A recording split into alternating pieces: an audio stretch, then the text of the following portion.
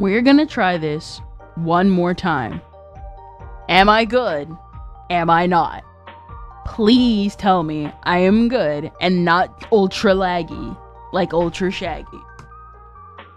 It looked...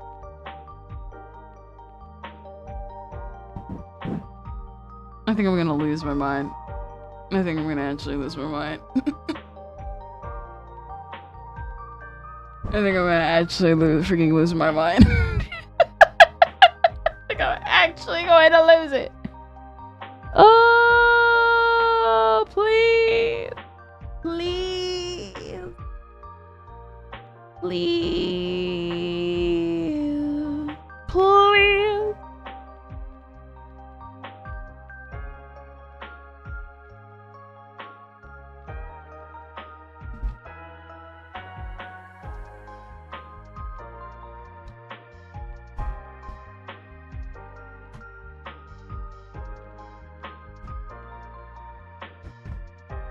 Here you go. I think that'll quench everything about me right now.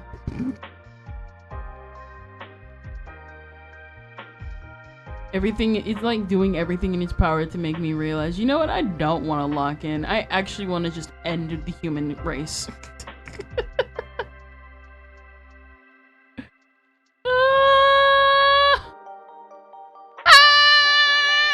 Hello.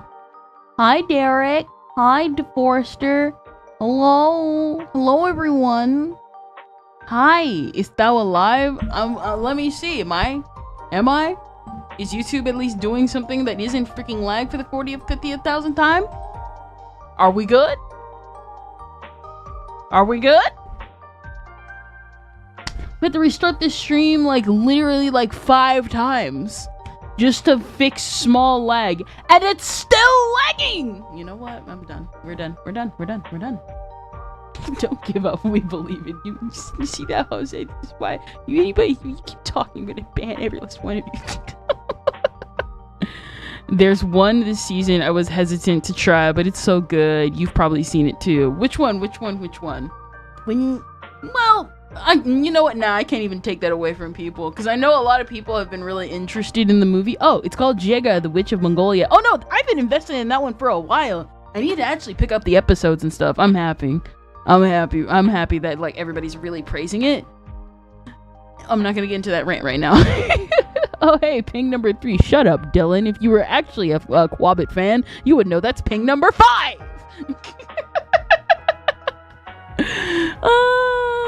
Why is it even? Why do I even bother? Why do I even bother? Why do I even bother?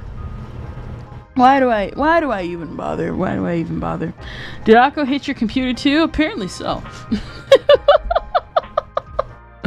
Hello everyone, introducing myself again! This is your lovely neighborhood reindeer Kendrick Kendrillion speaking, and I'm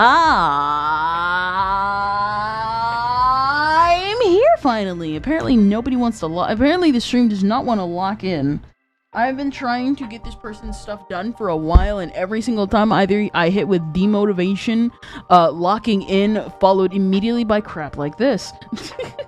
Silly kinky, this is true. Ping number 3, because you usually scuff it up for the first 2 times. You see that right there? What's white? I'm not saying what I want to say, because if I say what I want to say, I'm gonna get banned.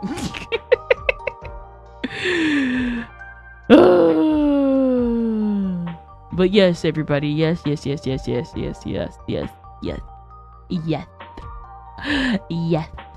We are here once again to continue another art stream. It has been a while of a personal art stream and not an artism stream, which is very different from each other. Very, very different. Listen, just as long as you don't delete the 14-minute VOD, bro. Leave me alone. Leave me alone. Oh! But outside of that, we are doing pretty fine on this front. To the side of me, I decided to open up Maureen Calliope's stream. Not her stream, her literal somebody did a VOD of just her reacting to Vegeta's character. So that's been fun for a little bit. Hello and good night. My sleep is dead. So is my sanity. Hello, XA.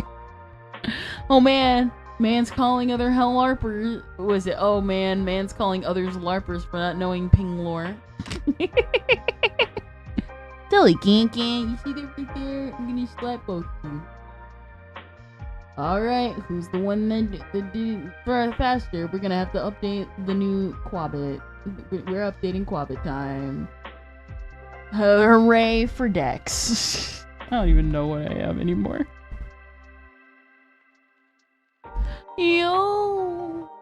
But yes, hello everybody, it is me. So, I don't even know anymore. I don't even know anymore because I just literally came in and I'm just like, you know what? I'm prepped. I'm prepared. I'm about to get into all that I wanted to get into. And then we're dealing with that for the 5, 6, 7 times in a row just to fix it. YouTube's probably already flagged me now as a Spamatron 6000. I already got out of the algorithm, as if I care. Get his yippee money. Kendra, did you write down Akko's insurance info? No. You see, Akko hit me, and due to the fact that I invoke California law. No, I do not live in California. I invoke California law so that Akko has to pay me for hitting me. He has the proper stickers. Sup, my fellow people. Hello, 10 start. Hello, 10 start.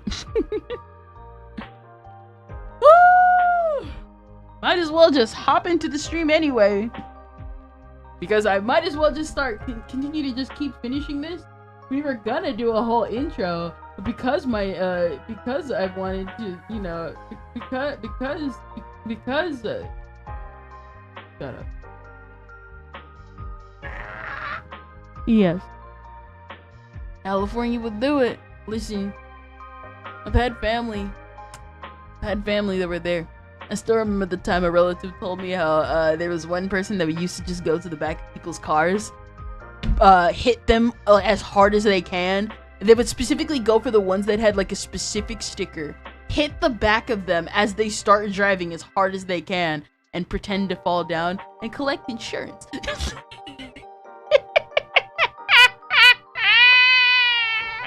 If it wasn't illegal, I'd probably... I'm kidding, maybe. Oh, poor Kenny's brain got damaged. Can't even form a full sentence. You see that, hero? And that's why you go to donkey jail. I believe in you. You can find the words donkey jail for you too, Azazel. There's only one anime announcement I'm very excited for announced too. It's called Red Riding Hood, a detective story. It's a crime mystery about Red Riding Hood solving murder cases based on various classic fairy tales. Oh, I did see that! That was so freaking cute! Insurance fraud, man knows his game. Listen, this was back in the 80s and stuff. You can't have insurance fraud if you can't get caught. You can't get jailed for it if you don't get caught. I saw that one. What is it? The series the movie I was like referencing recently was the new the Ribbon Hero movie. This is not a slander piece on Ribbon Hero. I've already got other Tezuka fans to do that with.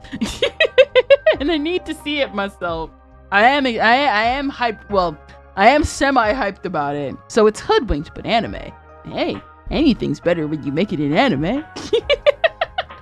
So let's continue on with the art, yada yada yada. And tell me your days. But what is it? I was talking about the whole thing with like Ribbon Hero, but before that, I wasn't in Donkey Jail or the Peach Explosion Chamber already? Depends. Depends.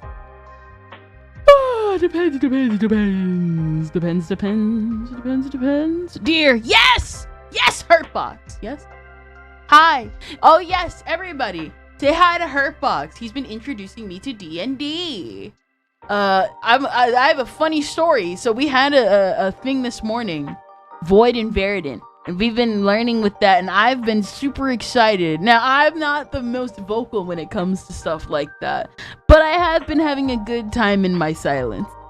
I'm gonna be real. I was kind of embarrassed though about this morning. So for those that don't know,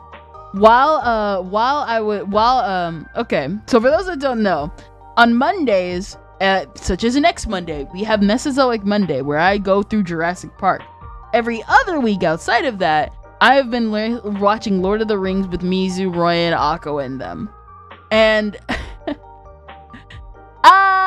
so we ended up watching part 2 of Lord of the Rings, and it was really good.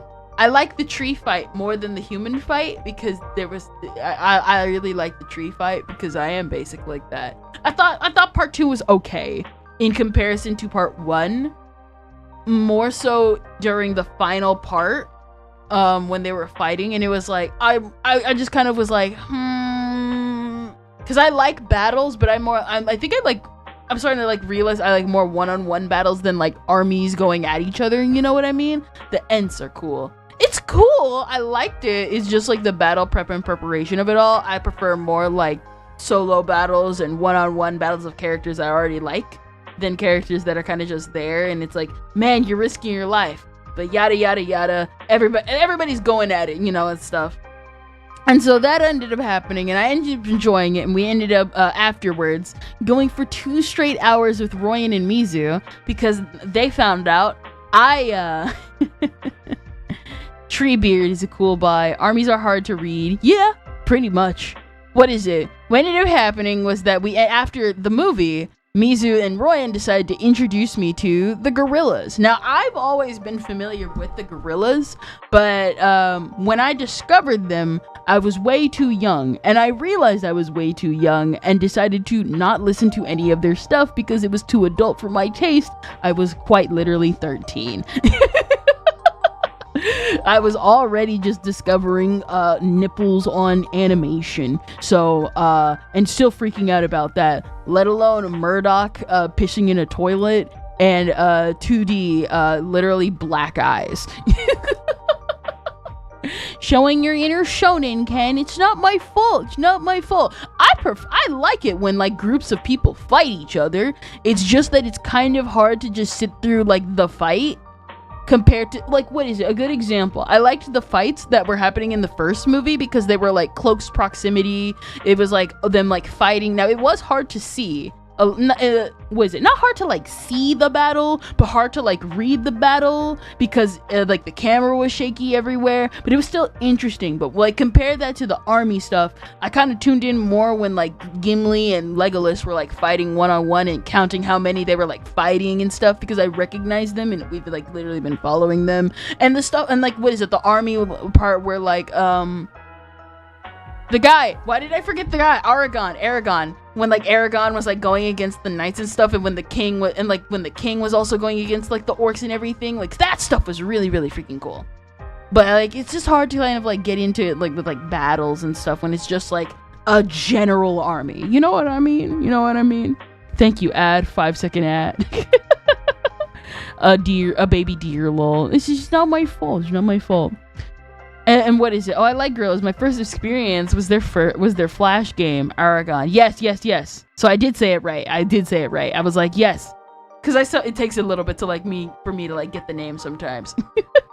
But basically what ended up happening was that I was getting, what was it? So, you know, literally 8 to 11 to like, not even 11. It was like 12 by the time we finished the movie. And then we went on for another 2 hours watching like gorillas MVs and like talking about them, and I ended up having to explain to Mizu who the Power Punk Girls are. Okay, who here knows what the Power Punk Girls are? This is important to the explanation. Gotta pronounce the name right, because Aragon is a different thing. So Aragorn and Aragon. Oh, okay. But I'm part of the human race. That's a you problem. I smell deer. Hello, Gabby. Powerpuff Girls pilot. No. So there's what is it? So there's the original pilot for Powerpuff Girls called the Whoop Ass Girls. That's the original name. Then there's the Powerpuff Girls, the literal like this is the girls we know.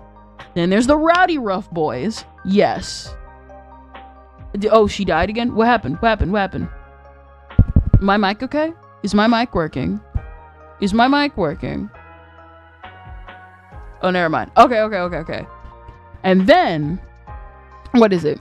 And then in the comic books, because there's the Powerpuff Girl comic books, they introduce an alternate dimension version of the girls called the Power Punk Girls.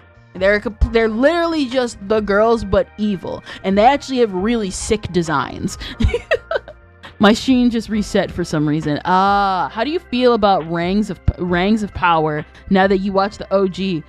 You say that, but I've literally said last night as we were watching the movie that before I even looked at anything Lord of the Rings, I saw a review on Rings of Power and literally it being compared to Frieren, and I was already disappointed.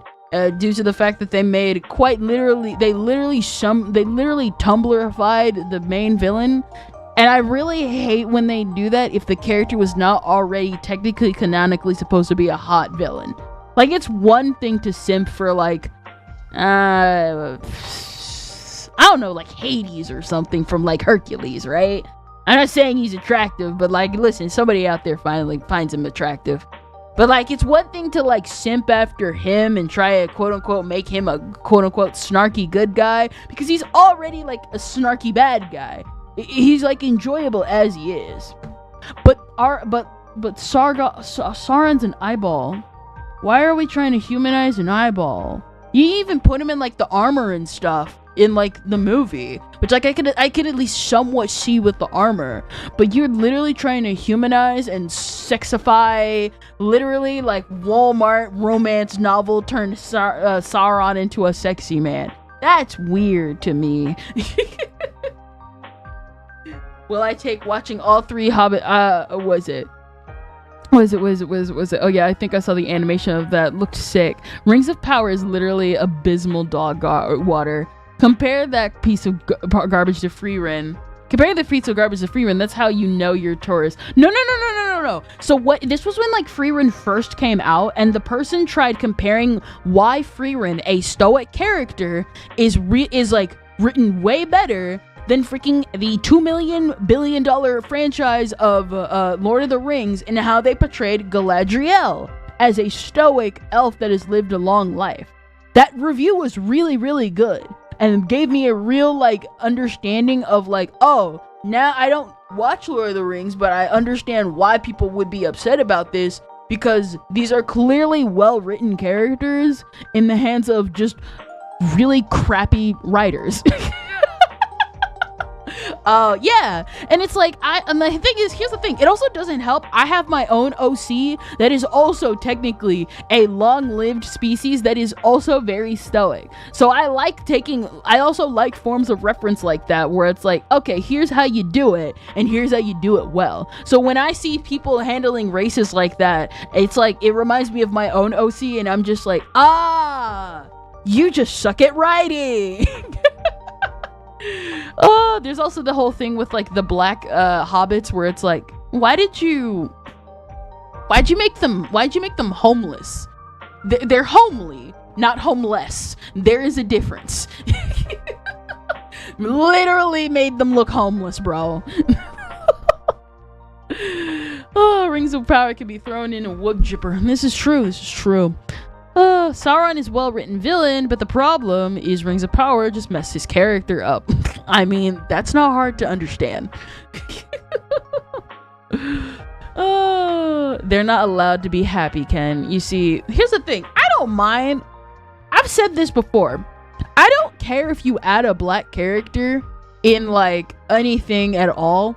In fact, I just don't care at all, like how some people do. It's as if you can do them well. Like a good example, there's what is it? So there's a live action series. There was the live action Cruella. The live action Cruella changed Perdita to be black. Now, on the surface, that's kind of weird, because this, I'm gonna be real, there's no reason why this is the whitest couple you will ever meet. However, number one, they made her look amazing. She was a fantastic actor in the movie. She just, all around, the presentation and everybody in this movie, surprisingly, except for Roger, looked amazing. because they made Roger look homeless, not homely. There is a difference. I'm serious about this. I'm joking, but there's a thing when I say this. There is a difference between making a character look homely, listen, they've never been out the house, they are comfortable here, this is their life, and making them homeless, which makes them look like that bum on the street that you saw, and that's what you're, you as an upper class don't realize that's not how quote unquote the middle class dresses. You gotta think middle class, not middle poor people homeless. The new Very Odd Parents did it well. Exactly. They made them black and they instantly got homeless. What did Amazon mean by this? Not even that I don't even know if they actually made the hobbits homeless. It's just that they look jacked up. They look poor. And it's the hobbits aren't even in the current movie's presentation, even in Fellowship of the Ring, they didn't look poor. They just looked homely, they just kind of looked, this is our life, this is how we dress, our clothes are a little baggy, but not that baggy, and our clothes look nice for what we are homely, this is how we like to dress, this is how our clothes are, we are barefoot, we are happy, this is how we are. But when you see the other one that looks homeless, there's a difference. They look cheap. They look like they're wearing cheap fabric. They look like they're wearing cheap clothes. They look like they don't know how to do their hair. They don't know how to style themselves. It's that doesn't make sense from what I'm seeing from Lord of the Rings. You know what I mean? They messed the dwarves with the queen. The bogies can't understand the middle class. The bougies, yes, this is true. And then that show tried to humanize the orcs. Oh yeah, the weird thing where they try to... Can I be real? I've said this many times. I don't like it when you try to humanize the most dangerous creature in the room. Stop trying to humanize the most dangerous creatures in the room. I've said this so many times. Stop trying to humanize the most dangerous creature in the room. They did it with what is it? They did it with Elemental. They did it with Zootopia, and I'm pretty sure they've done it with other series I can't even think of off the top of my head. A good example of something that does it right, ironically enough, is Beastars, because yeah, you humanize with Legoshi. The story also tries to tell you Legoshi is a dangerous being, but we still want to root for him anyway, but he is the most dangerous person in the room. This brother will kill you, and that's okay. We just gotta humanize it with him to see how he can make this work. That's how you do it. But because we're working with hack writers that think if we humanize them, that'll get past everything, there you go. God, that pissed me off. The orcs are literally spawned from evil, and then the corruption of life cause Sauron is pure evil. Tolkien straight up hit you with evil cannot create, only corrupt. That's the point. Exactly. My man was fighting his actual inner predator. No, for real. I think Beastars is the perfect, is just the perfect version of it. I don't I understand Zootopia and Elemental are kids movies, but at the same time, they are not kids movies. They are family movies, and family movies try to get everyone, and it's you should at least challenge the viewer a little bit. You should challenge them a little bit, and I'm not saying that they didn't, but they did it really badly. I like the fact that yeah, I know Elemental is supposed to be tackling emigration and the prejudice against the fire people. However, you are also made of fire, and one of your introduction scenes was burning someone with a mere touch. Hear me out. Jack is a good boy. That is not that's not a cold take. Oh, I'm so upset people compare them to black people, and then when everybody got mad, they made the Mexicans in both sides of my blood. That's... You should stop comparing the fantasy creatures to races, because I'm watching Lord of the Rings, and I actually am genuinely what makes you think this is supposed to be black people? Like genuinely, like what even, like what, where is the correlation? I see these creatures as the monsters they are. And I'm just like, you can't even use like the production of, oh, well, they casted a lot of black actors for these roles. And it's like, yeah, but nobody's looking up nobody's looking up the role record of Orc 22. It was a self-report. Really? Wouldn't you say? Like, seriously, what did they mean by this? Like, that's what I mean. I'm just like, I don't see it. I don't see it. And if you think that, I am actually going to look at you funny, because no, no, bro, no. I hate it when people write things like that. It's like with Attack on Titan. Like, what if the people were being demonized were actually dangerous? Suddenly, genocides becomes a lot more appealing. The thing I actually think like Attack on Titan also technically handles it decently well too, because on the one hand, yes, the Titans are dangerous and they are attacking like the people, and they are attacking the people, and yes, the Eldians are being racist, like they're actually like being racist against the Eldians, but at the same time, they were the, what is it? The Eldians were like oppressed. They used the Titans to create fear. Everybody's afraid of them, so they take it out on the people. Like, the whole thing with Attack on Titan isn't even the dangerous predator in the room. That's literally just the cycle of violence. Now the ending is still pretty trash, but it at least tried to say something about the cycle of violence and war and stuff. And even though it wasn't like the whole, oh, everybody in the world is now hunky-dory and everybody's changed. It's like, no, this is a happy ending for all of the main characters I care about. Everybody else is definitely screwed in the future. But everybody else, all my favorite main characters got to live peaceful lives. Yay! Like, the problem with Rings of Power is the writers tried to take a very black and white good versus evil story and inject gray areas into it, which doesn't work because you're either good or bad. There's also the fact that, like, orcs,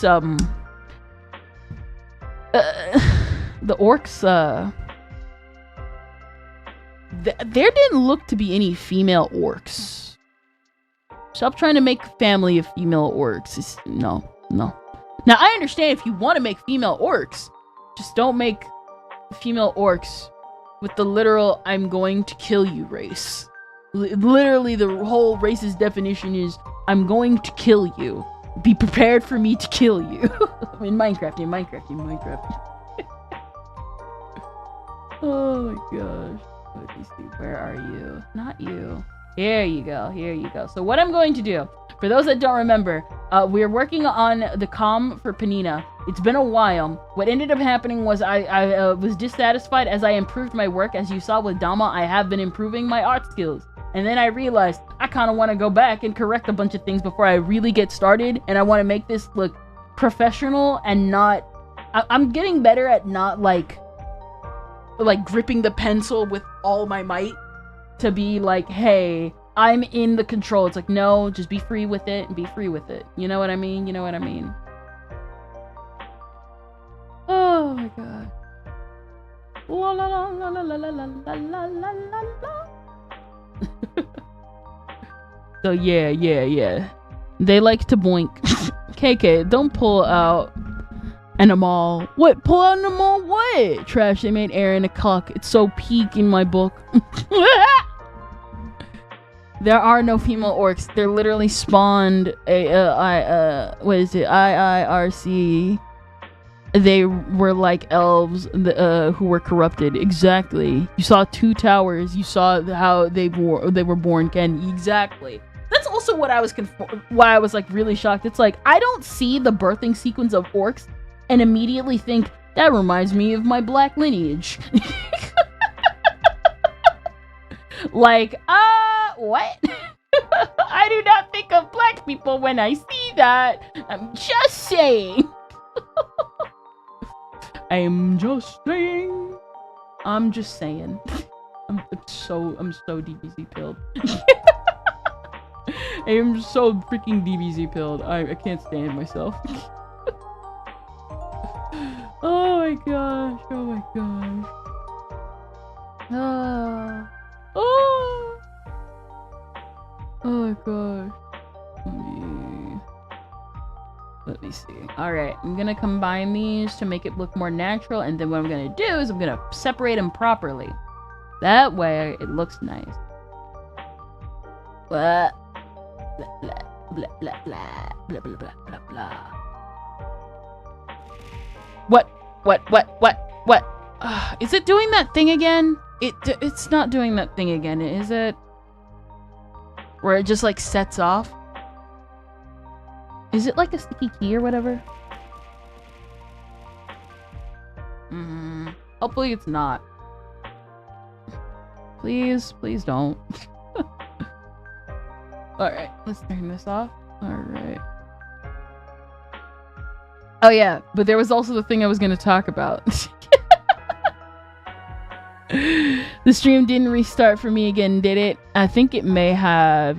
You don't see black people at evil race born out of literal malice? Racist. Like, here's the thing. It'd be one thing if it was like they made it like super obvious and stuff like that, but like I don't see it. I really don't. Like, it's really just you. Like, it's really just you. You're the problem. You are the problem. And that's okay to admit. Some of you are just privileged. I just seen the documentary. Oh yeah, hello Kuma Bear. I did not see the documentary. I know what you're talking about. I know what you're talking about. And I know what you're talking about because I literally forgot his name for 5 seconds, and I know you saw.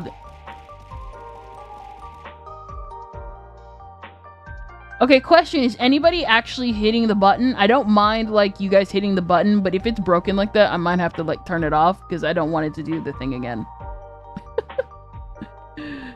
Or, I don't know. It didn't do it last time, it just does it sometimes. And I don't like it, like, interrupting me when I'm, like, trying to talk.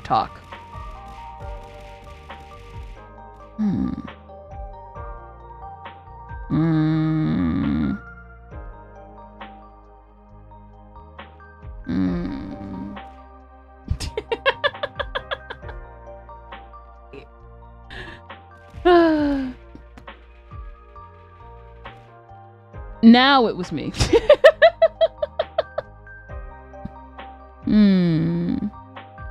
Clearly that's how the average white views the average black man, of course, in the way I acted.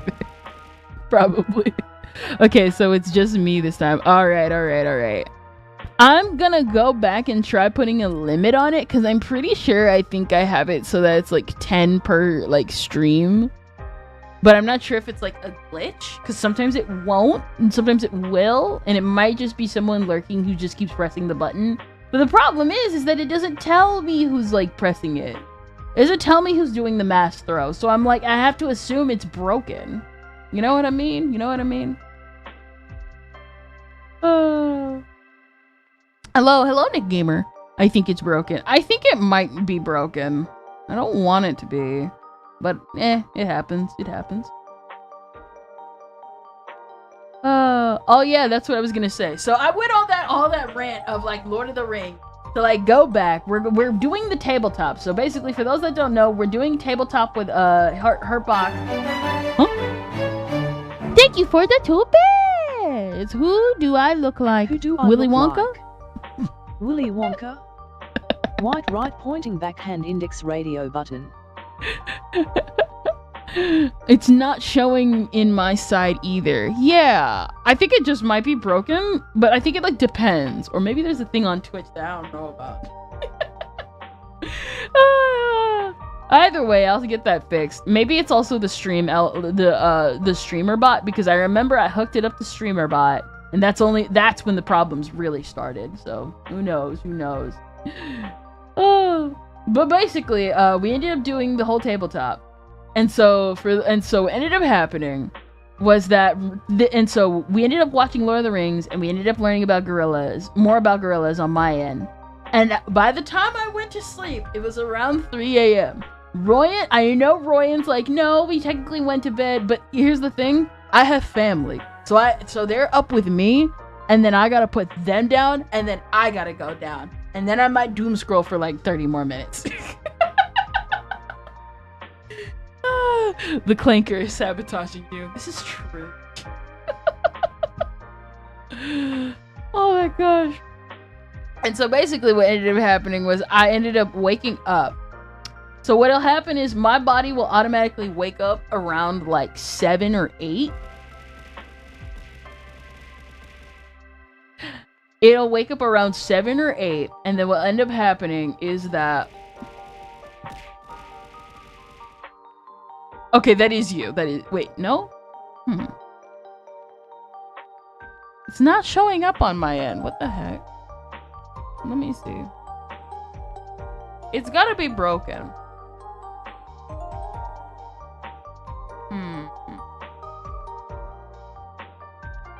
It's not showing up in the chat.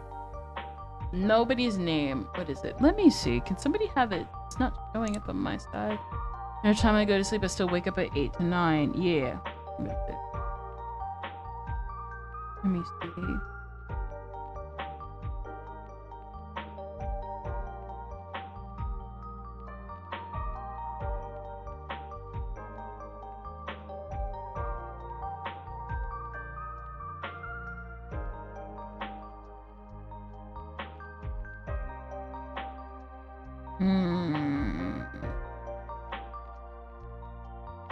I'm gonna turn it off.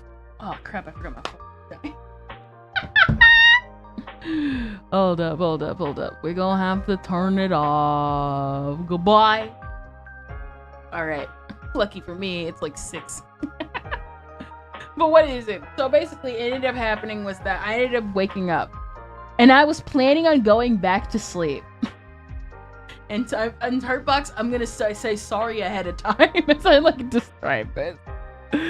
I ended up waking up and I was gonna go back to sleep, but then I remembered that Hurtbox was like that like Hurtbox was hosting the D&D session, and so I'm like, all right, we're gonna make this work.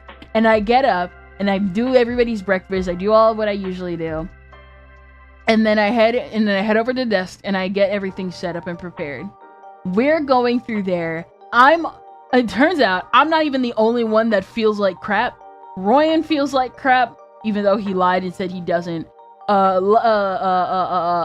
Topaz feels like crap. Topaz is one of the newer streamers in our circle now. You've seen him. He does Magma.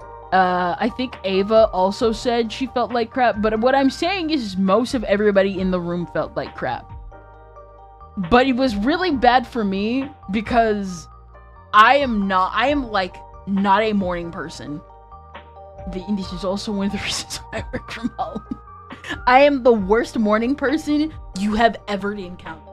So basically, during the D&D session, I'm trying to literally fight my demons to not go to sleep in the middle of stream. Spoiler alert, I lost. Oh, Danny K, thank you for the 5. Lack of proper sleep is a must for streamers and a chronically online. Lack of proper sleep is a must for streamers and the chronically online. Not telling on myself either. Nuuu. Have fun all. I ended up okay, Hurtbox. You know that segment where I just stopped responding and I sounded like I was quote unquote AFK? So during the stream, I ended up I closed my eyes and put my head down for like 5 seconds. And then I opened my eyes again and I was like, oh, I kind of feel better. Because I thought you were calling my name. Turns out, I was moved from the area without even realizing it. And y'all thought I had like left and I had actually fallen asleep. I had like actually fallen asleep. Like so silently, nobody even noticed I had left. I like went back and they were like, "Oh no, it looks like she went Windows AFK." There's an AFK button.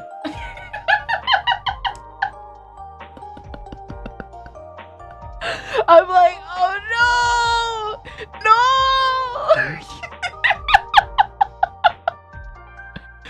No! I can't believe it. The one thing I've always tried to avoid on stream, and it didn't even happen in my stream. I was so embarrassed. I was like genuinely embarrassed, and I was like, I wanted to play it off as a joke, but at the same time, I'm like, if I play it, if I even make it a joke, I'm gonna feel worse about myself.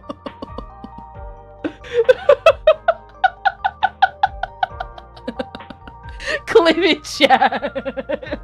I'm just down, and then when I wake back up again, I'm just like, hi everyone. And they're like, oh, you're back, what happened?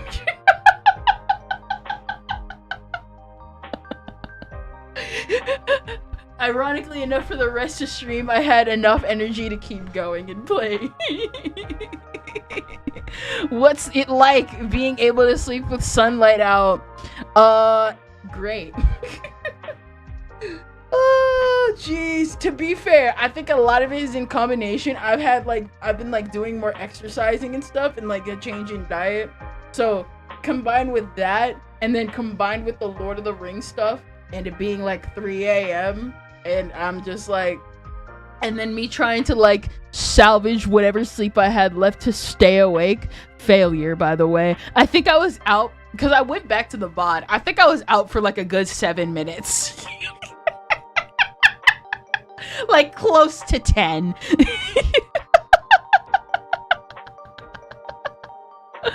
Brunex needed an update. No, for real. I'm like the worst morning person you have ever met. I'm trying to change that. I'm trying my best to change that, because with the D&D stuff, I actually am really invested in it, and I don't understand all of it, but I am having a good time. But it's moments like that where I'm just like, you know what? I think I'm good. I think I'm gonna need to like plan this out better. Definitely when it comes to Lord of the Rings nights, I'm just gonna have to log off like Akko, and it's like, good night everybody, I got work. Lol, all of that matters is you're enjoying it. I am. I've never done stuff like D&D, so what's gonna happen is, okay, Hurtbox, I almost forgot to ask, you need to send me a thing. You need to send me like either your personal art or like the cover art of like the stream without like the number of the episode or whatever, so that I can like schedule that to be just every Tuesday in the morning. That way everybody knows that like we're doing the D&D thing, because I do want people to know about it. So there's that. The ad reset the stream. Whose channel was it on again? It's Hurtbox's new channel. Hurtbox's new channel. Okay. And that's exactly why I'm like, Hurtbox, you gotta give me the image so that I could just like put it on like the weekly post and stuff. Oh, but I am having fun. It's fun. This is great. I'm having the most joy I've ever had in forever, especially since I'm not a D&D person. Well, how should I put this? So I haven't like really talked about my experience with stuff like D&D, because I grew up after like the longest time I thought I was like the weirdo nerd, and turns out I'm just normie adjacent. I just like all the niche stuff, and I'm still normie enough. Talking about the background image I used for the thumbnails, Kendra. Yes. That way I have that, or what is it, like the image that we use for the background plus the title of what it's called, like Void and Verdant. That way I can just like just put that on there, include the link every single time to like what's out and stuff, so that we can all have fun and people know. You know what I mean? So like, what is it? So like a good example, my first introduction to medieval like fantasy stuff that people were genuinely interested in, if I really have to remember, was probably Scooby-Doo and the Witch's Ghost.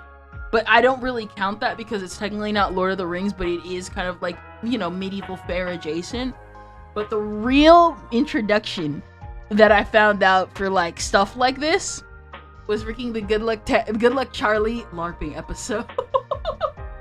And I'm like, obviously I'm like a child. I'm like 10 when that episode came out, and that was my first introduction to like LARPing D&D and everything. And I'm just like, why would anybody want to do this? Well, there's probably better costumes out there, but like, why would anybody want to do this?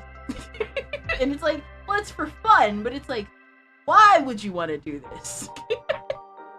And it doesn't help that, like, for myself in particular, I'm a really analytical person. So I'll literally look at something that makes quote unquote no sense to me, and I'm just like, I understand the love of Pokemon. I understand the love of Digimon, Beyblade. I will understand everything because at least to me, it is physically in front of me and I'm literally the target audience of this. I don't understand the stuff involving D&D and stuff. So when I actually went to, when I actually went on to like find out more about it, I was like, it seems a lot more complicated than I thought. And then I think my next exposure to it was like, what is it? That one Phineas and Ferb episode that also did kind of like a D&D thing? What is it? The Phineas and Ferb episode that was like the Lord of the Rings parody, and the freaking VeggieTales episode that was the Lord of the Rings parody. The VeggieTales one was way too lame for no reason. Better than that. And I'm just like, I still kind of don't get it. Unfortunately, I was the girl nerd. I was the female nerd that was like, I'm here. I am here, and I might understand it. So when Hurtbox came to me and was like, hey, do you want to join my D&D session? I was like, do I want to? But I also told myself I want to try new things instead of always being in my bubble. And so far I am actually having fun. So yes, it was thanks to Hurtbox that I still kind of don't get it, but I am understanding more and more that I do like it. And then obviously with like the help of Mizu and everybody watching Lord of the Rings, I'm starting to really understand why people like fantasy settings and stuff. Because I was more of like a sci-fi nerd, but not a Star Wars sci-fi nerd. I would say more Astro Boy sci-fi nerd. So basically anime.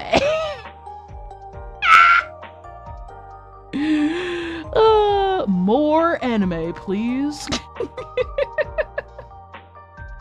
I am the normie in the room. Here's the thing, in my IRL friend group, we had a woman who was like that, so I know how to help people who are completely new to D20 fantasy, lol. Listen, I'm willing to try new things. I'll always set my hard limits, so you won't have to worry about me, like, secretly quote-unquote hating it. You will know if I hate it.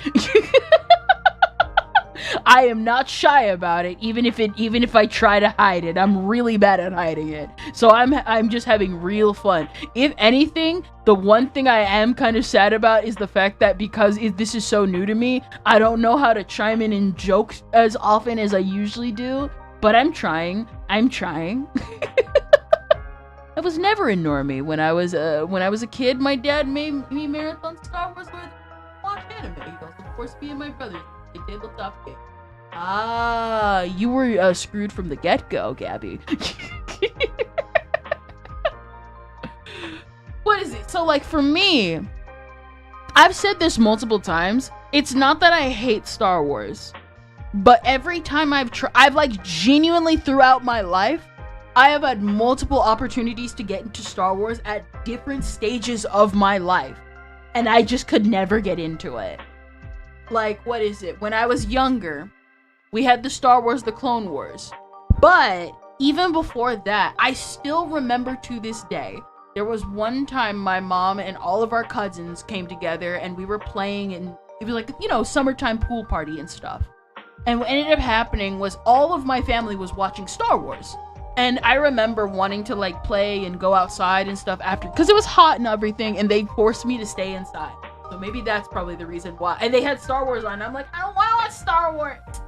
I was like 5, by the way, so that was probably not the best first impression of somebody who was trying to do Star Wars. But even still, oh, you know what? Dave the Barbarian was probably the closest thing I ever got to liking something that was D&D adjacent. But that was also because I just liked Dave the Barbarian.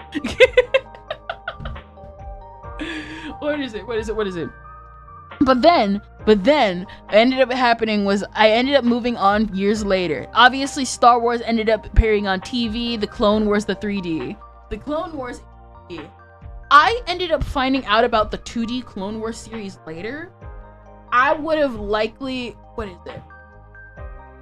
I hate to say it like this, I probably would have gotten into the 2D Star Wars later in my teenage years, because I was more receptive to like boy type shows in my teenage years compared to when I was younger, even though I freaking watch Billy and Mandy all the time.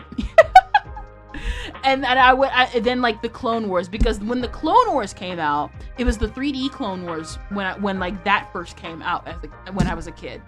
And what ended up happening is I didn't like it because I thought the 3D looked weird, because I was not used to like Art Deco sharp angular styles, even though again I watched Billy and Mandy constantly like it was literally quality gold. Squirrel on a megaphone. It's true. I was cooked from the start at 5. I was already exposed to Star Wars. Then before I was 10, I was already watching Terminator, Predator, Alien, Aliens, and a bunch of other sci-fi along with Lord of the Rings and Harry Potter when they came out. Now that's also one thing. I never grew up with Harry Potter. I've said this before. I didn't grow up with Harry Potter, Wizards of Waverly Place. Anything that had to do with wizards and witchcraft were banned from my household. Not because they were like, actually, yeah, no, it was a lot of it was because of like all of it was due to religious reasons, but I also trusted my mom, and so I fell into more like niche stuff. So it wasn't like all wizard and witchcraft was like banned, because there were like the exceptions. So like I like stuff like Disney, and like I think also what is it? Ironically enough, my favorite Disney movie is freaking Sleeping Beauty, because of how beautiful it is and because of the prince and him fighting Maleficent. So I couldn't get into something like Lord of the Rings when I was younger. Wait, no, I would have probably gotten into Lord of the Rings and Aragon had I been introduced to it, because I really liked Prince Philip as a kid. Not even in a romantic way. I just really thought Prince Philip was super cool as a child. And then like obviously Aurora was like the most beautiful Disney princess to me. So like I would have probably ate that up. I was it Alien and Predator 2? God, peak. My parents bought me the books as they came out, so I was always reading Harry Potter until like middle school. My mom was more like intellectual and stuff like that, so she would give us books that were like your usual. It was like your usual kids book. Some like, what is it? I would say. So she would give us like a mixture of books that were like, hey, here's still these children's books, but here's like education on history, here's some education on the Bible, here's some like just regular kids books, because you're literally 5 and you don't need an encyclopedia at 5, because that's stupid. So that's your type. Not really. I know, like, for me, I've said this before. I think like I can recognize when a character is like conventionally attractive. I'll recognize when a character is conventionally attractive. It is very rare that I quote unquote fall in love with them. I think the closest I ever got to fictional wise was the Ben Ravencroft from Scooby-Doo and the Witch's Ghost, because I actually genuinely thought Ben Ravencroft looked good looking. Poor Kenny got satanic panic. No, that's the funny thing. I don't even think it was satanic panic. It's not satanic. That's the funny part. Cause like I could understand the Harry Potter stuff, but then later it was like the Pokemon stuff. But even like when me and my family, we look back at it now and we were like, why did we get rid of Pokemon in our household? But at the time also I was literally getting up at like 5 a.m. to watch Pokemon while everybody else was asleep. and my mom would just walk downstairs and be like, what are you doing up so early in the morning? Keep in mind, I really rarely got up to do even a Bible lesson, so me obsessing over Pokemon at an early age like that was very concerning for my family. Oh, I did that for Digimon. Yeah, true. Like, it was more, there was like a lot of things like I didn't know about my family until I got a lot older, to where I was like, I started understanding why. It was like, oh, that's probably why you felt that way. And, you know, as an adult, I can understand and I can sympathize and I can actually like rationalize, like, you know what? I understand my mom a lot more now than I understood it as like a child. That being said, I also still trust her judgment with a lot of things. Because some of those anime I shouldn't have been watching as a kid, and years later I'm just like, you know what? She may have been onto something, because I don't know about you, but should I really have been watching Please Teacher at a young age, at the young age of 14? Should I been watching Sorano Toshimono at the good old age of 13? No, I should not have. That being said, they were very formative. You think if your family knew that Lord of the Rings was heavy Christian story when they actually take a look at it, they would have let you watch it? No, only because years later, we had a former family friend who would end up watching Lord of the Rings, or tried watching Lord of the Rings at our house. And my mom was like, what's that?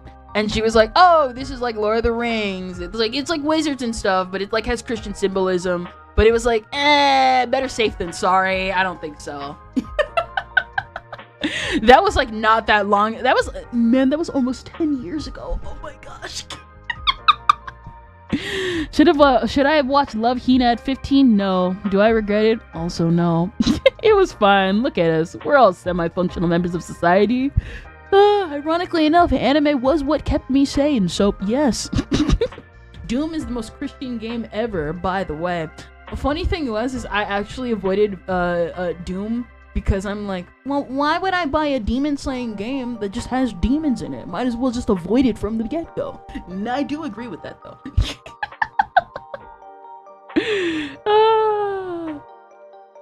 Me. I am very me. Oh, I am very, very much me. Oh, that's how it is. I still do appreciate I know sometimes I like talk about like some of my past and stuff, but let it be known, I do love my mom and stuff because she genuinely did what a parent is supposed to do and like actually monitor their kids. Because there was some series that had she not taught me to avoid when I was younger, I would have accidentally watched Boku no Pico as a child before I knew about the Boku no Pico meme. Because I've told you guys that. I told you guys about the time I encountered Boku no Pico before it even became a meme. And simply because I did not like the opening theme, I did not watch any of it. That's how the cookie crumbles. Am I right, ladies and gentlemen? Am I right? Better to overcorrect than to undercorrect, lol. True. Listen, she was a good mom. I say she was a good mom as if she's dead. She's not. She actually got like a really cool job recently, and I'm so happy. I'm so happy for her. Like, genuinely. She's sweet. She I think was also like has been like a really cool thing is she's been coming back to a lot of things that happened in the past, and she's actually been asking us questions like, hey, was I like this when you were younger? And I would literally be like, no, you were never like that, and if you were ever close to that, we would tell you, especially nowadays. We are just that close of a family now, and I'm happy for that. I'm always happy for that. And I always end up hearing stories about parents who don't like treat their kids like that, and I'm just like, it's so simple. She wasn't perfect, but she at least tried, and that's all you gotta do. Even just trying is good, you know? Trying is still carrying.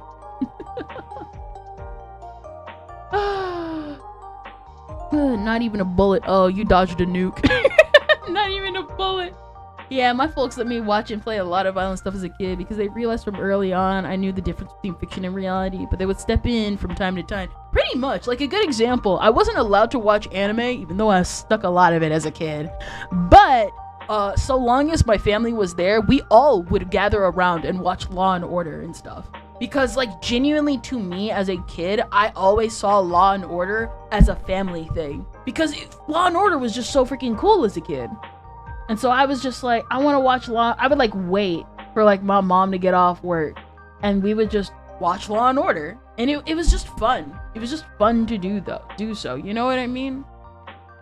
I hear horror stories about how people were mistreated by their mothers and it breaks my heart because I love my mom and I miss her a lot. Exactly. Or what is it? Like another good example is like how, what is it? Another good example is like how my mom literally looked me dead in the eye. Not even dead in the eye, but like she literally told us, never make an account. Never make any social media account. This is even before like social media got as bad as it was with grooming kids. Like she was one of the first to like say, hey, do not make an account. And I trusted her judgment because she never like disappointed me or betrayed my trust before. So I was like, all right, I'm never going to make a social media account. Even when like because I was so dedicated to that lesson, I didn't even know how to make a Google account until after my at the time we had moved to homeschool, and what happened was that because we left the district, I ended up losing access to my school email with my old like personal fanfic. That was the closest thing to an email I had, and it took me years to even learn how to like. I was so scared to make a Google account as a kid, and then I made my own, and then I ended up having my own Google Docs. I still have that account to this day. And what ended up happening was like, even when like, I will tell you this, I was this close to making a Tumblr account behind her back. That is how like dedicated I trusted my mom's judgment. Because I remember seeing like images from Tumblr and like all the cool art. And then if you scrolled, it would be like, oh, you need to make an account if you actually want to like see this stuff. And I'm like, I don't want to make an account. Screw that. Oh. What is it? I'm like, I don't want to make an account, and I would just leave. I never made a YouTube account. I didn't make myself a YouTube account until I was 18. That's how much I trusted her. Oh, I didn't have like a social media account until I was like, I think around like 17 or something. I think I got my Instagram like that young. Not that young. I didn't make an Instagram account until like I was like 17, 18. And I'm like, oh, cool. I'm just gonna make this like an art account and stuff like that. Because I got most of my stuff through like osmosis through YouTube. Because why make a YouTube account? Or what is it? Why make a YouTube account? I'm not gonna become a YouTube creator. Why make a Twitter account? I don't need Twitter. Yeah, she said that, and man, I miss my old self. Oh, my old me would have been like, why would you even need that? And it's like, you're correct. Do not get this stuff. I only made a Twitter account because all the VTubers had it too. So there you go. Biggest mistake of my life. Oh my gosh. What is it? That was when the timeline spit. KK would have just been in like a mall. I like look back. I think the closest I ever gotten to stupid drama online was Animal Crossing. Of all things, you would be surprised some of the drama that happened on Animal Crossing. And it wasn't a lot. I think, what is it? One time I had like a friend who had like a 3DS as well and had gotten into Animal Crossing, and we exchanged friend codes. I'm never gonna get, if we got into the DS saga, we're gonna be here all day. But basically, a string of broken DSs at some point led to me ended up getting a friend quest from one of my own classmates who was a part of my old anime friend group back in middle school. She ended up having this one guy. It was her. She claimed to be the person on the other account who got on her account claimed to be her brother, and asked me out, and was like, they asked me out, and I was like, no, I don't want to go out with you.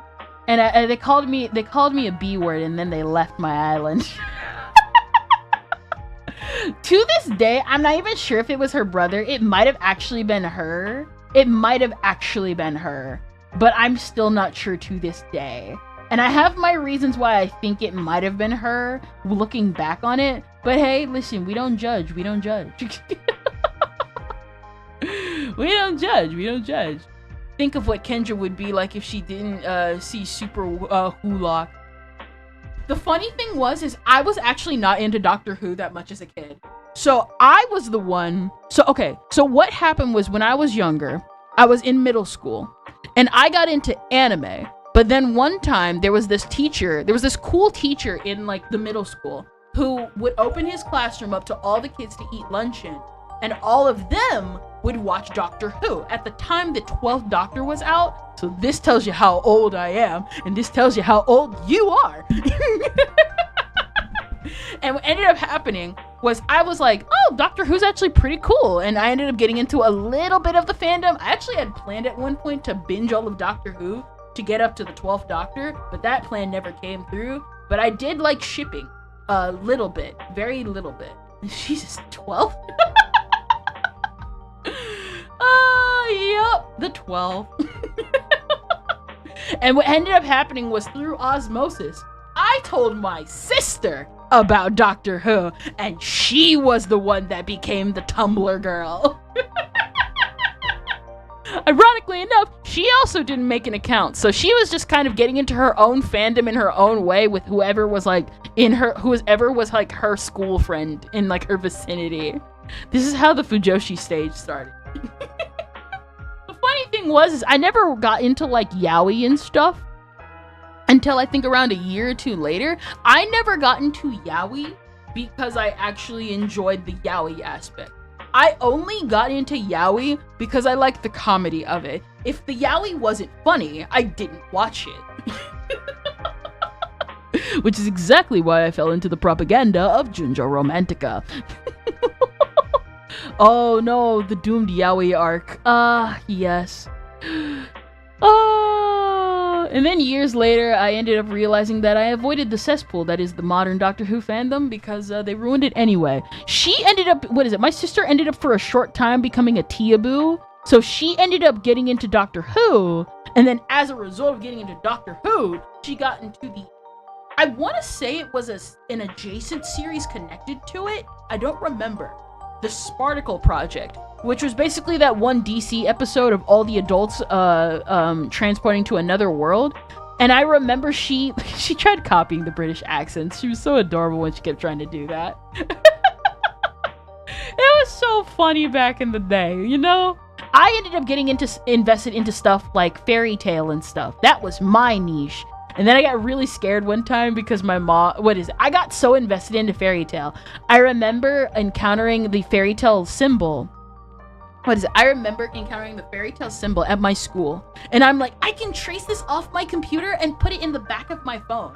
And I did. And that image like stayed there for like, I want to say like a year until my mom needed my phone at one point. Not because she was like trying to invade privacy or whatever, but because she genuinely like needed it for something. And she was like, hey, what's this in the back of your phone? And I was like, I can't tell her it's an anime because I'm already banned from anime. I'm gonna tell her it's just a cool thing I found at school and I traced.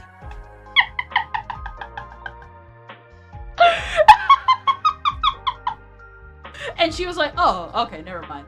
Just don't copy symbols like this. You don't know where they're from. It was the last time I did something like that. I was like, oh. Speech 100.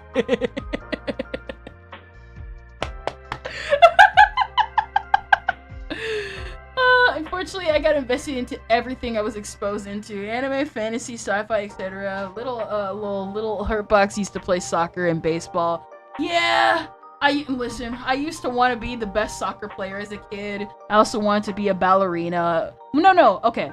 So I wanted to be, when I was younger, I wanted to be an Olympic athlete. Like, I genuinely was like, I want to be in the Olympics. Because back in the day, I used to be really tall and thin. And so I was like, I'm perfect for I didn't know about, like, the thin aspect. I just knew I had the proper body type to, like, be in the Olympics.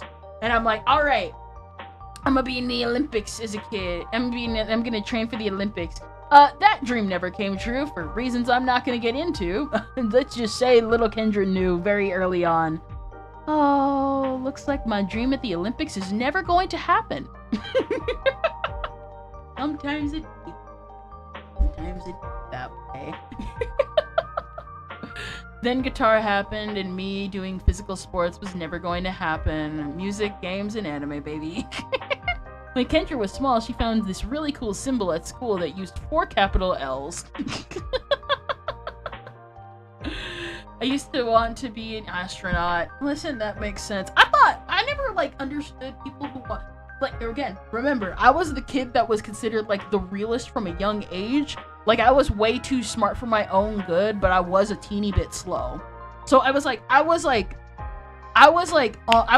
it with my peers, and I was smart enough to understand as, like, an average kid.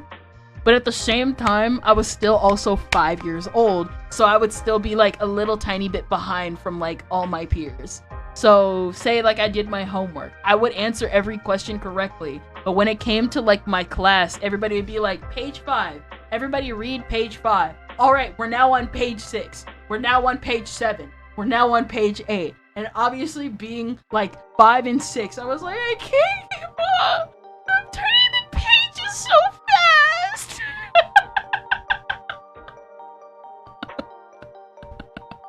Mama kid, something ain't right with this. I was both smart, but dumb. Listen. I ended up realizing apparently my mom was also the same. She's apparently like a mega genius as a kid. And she was like, imagine if I actually applied myself as a kid. Because that's how smart she was. She didn't even have to try. For me, I literally would be like, just write down your notes. Like, literally, I would be like, write down your notes, write the bullet points of your notes, and then just memorize the bullet points. And I would ace most of my tests. Because the answers would be just that easy. To me.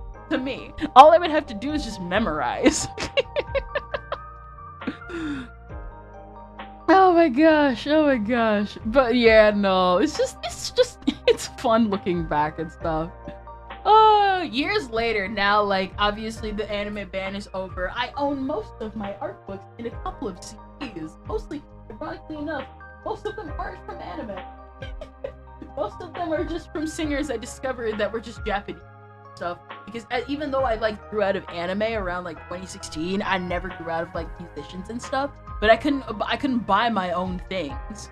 Because I was like, well, I have all that I want right here.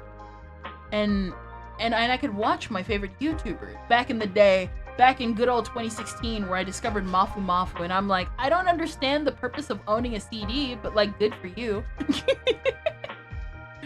To be honest, I miss the early days of anime fandom. Can I be real with you? I miss me not being on Twitter, because that was the closest to anime fandom I ever had. The best anime fandom you will ever have is just not being on, is ironically enough, YouTube. Just YouTube anime fandoms, because YouTube anime fandoms don't really do anything outside of just talking about the series. That and Vocaloid fandoms. Everybody loves a good Vocaloid fandom. I was really good with math till they added the tan cause sin crap in. Oh, you're talking about Common Core, aren't you? Oh, and here's the thing. Again, to age all of you in this chat, I was one of the first, like, generation of kids to be introduced to Common Core. Spoiler alert, I can tell you this right now. Common Core sucked. No one learned anything. And it was so pointless that I would literally spend most of my lunch breaks doing my homework my own self, because I didn't want to wait after 3 other freaking people to get their stuff done. So for those that don't know, Common Core is literal, at least how they advertise it to us, even as kids, because they did actually explain it to us. The whole point of Common Core was supposed to be like group project type, like math. It was supposed to introduce everyone into the group to problem solve together. The problem that every last one of my classmates was slow as crap, and I wanted to go watch Italia when I got home.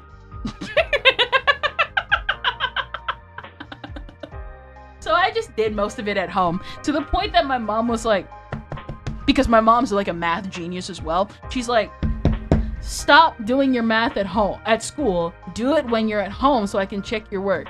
So anyway, I did most of it at school anyway.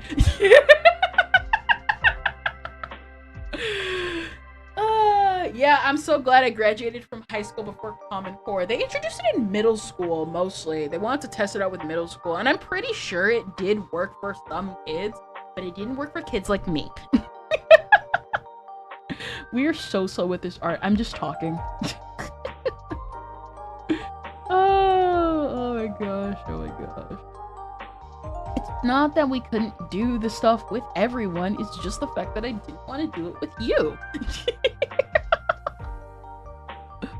That's just how it be. That's just how it be. Something about teeny boppers. Oh my gosh. Oh my god. Oh my gosh.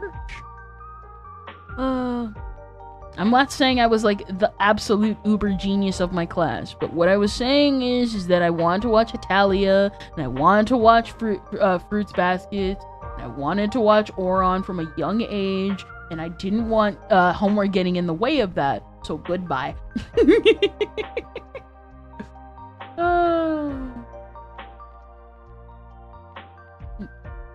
this it? Okay, take care of this. There you go. Alright! Okay, this is coming out pretty good. This is coming out actually really good. Little teeny boppers. Let's see. I don't know why I'm saying teeny boppers. I think that's just my new word of the day. Oh, that's just my new word of the day. That's just how it be.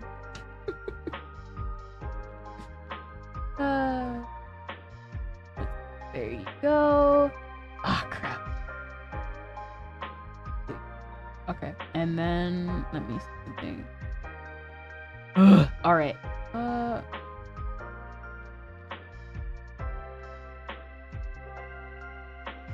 You don't have. All right, we'll leave it like this, and then we'll separate it as we go. Glad just this is true. Harry Potter and the Chamber. Hello, B Money. Yeah, like I was so bored of school because I just knew math so well, and I would do the assignments at work and the teacher was teaching. Lol. It's not even that. I would pay attention in class. I would do, like, cause like I was like a good example that like people always try to like make pie with like the most complicated thing. And then when my teacher, like my 6th grade teacher actually taught me what pi was, she's just like, hey, so pi is literally 3.14 times whatever number. And I'm like, that's it? That's pi? Everybody made pi out to be like this really complicated thing, but that's literally it? Oh, this is gonna be a snap. I think the only one I ever had a problem with as a kid was division. Not because division was complicated, but because division had so many steps to it that I had to keep track of them all every single time. I'm pretty sure if I just like sat down and like got into like math and stuff again, I would be like back to where I was, but it's just like, oh, so much. You know what I mean? You know what I mean? You know what I mean?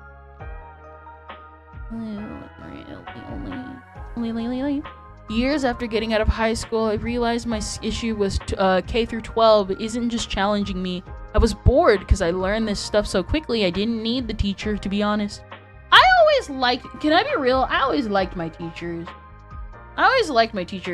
Looking back, some of them were less than stellar, but I liked most of them.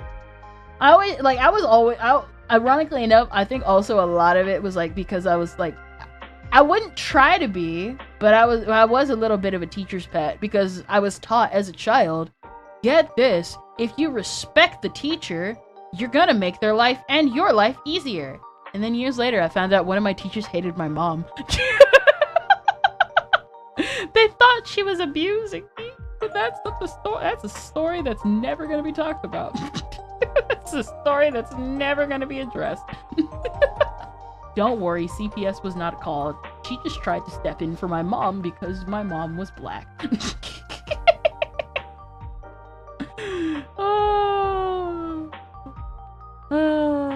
Sometimes it be that way, chat. Sometimes it be that way. You guys have no idea.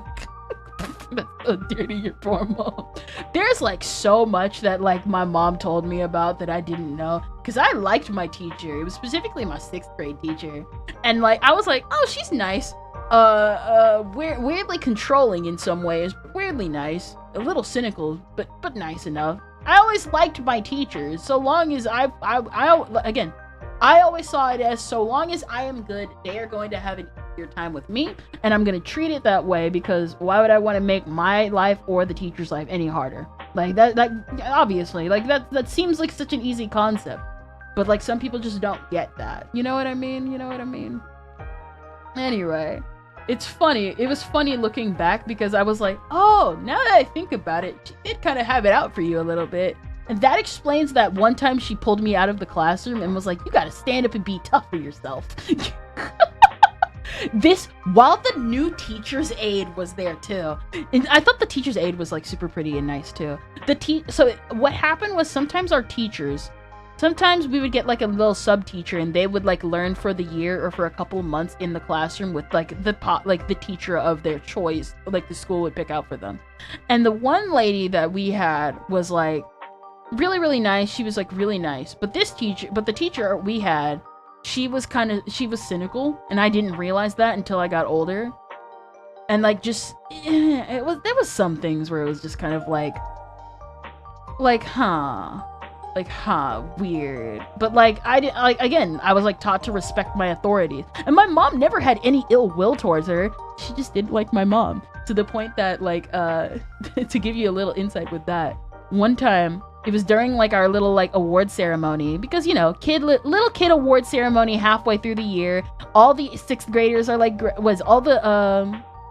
all like the other like kids are graduating, everybody's having fun, all that type of jazz and stuff, and they're moving on, and my mom goes to sit next to her. She stands up. Apparently what my mom said was she stood up and walked away. Genuinely, I was like, what? Why'd she do that?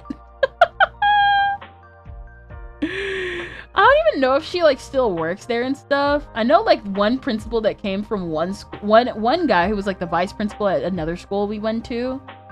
He ended up becoming like the actual principal of like a different school we ended up going to, and that was really fun. That was really interesting. I always liked him. He was always nice. He tried to help. He was always nice. He was always really nice. I just liked all my teachers, my principals, and everything. Some of them had it out for me and my sister and my family, but most of them were cool. It also didn't help that my mom had friends with certain people back in elementary school, that a lot of them were like, you're friends with the who now? You're friends with them? Like my boss? You're friends with my boss? Because my mom, get this, was a very social person. Even though she's super introverted, she's more of an ambivert. She just would call them up. It's funny. It's funny that way. Life is funny. Life is full of very fun mysteries.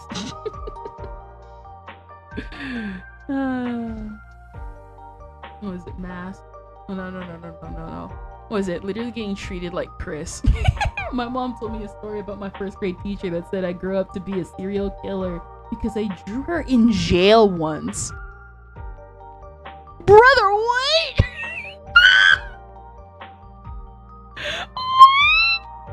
You drew it? What? Man, now you reminded me of that time I got mad at my classmates because they wouldn't shut up so that we could go to Friday recess, and I ended up drawing everybody under this thing I like to call a curse zipper rock, because I was actually the most quiet kid in class. I was like, this is what happens when you don't let us go to recess. Everybody's like, you're so mad, why? Yeah, because I want you to shut up. Oh yes, it pissed my mom off so much.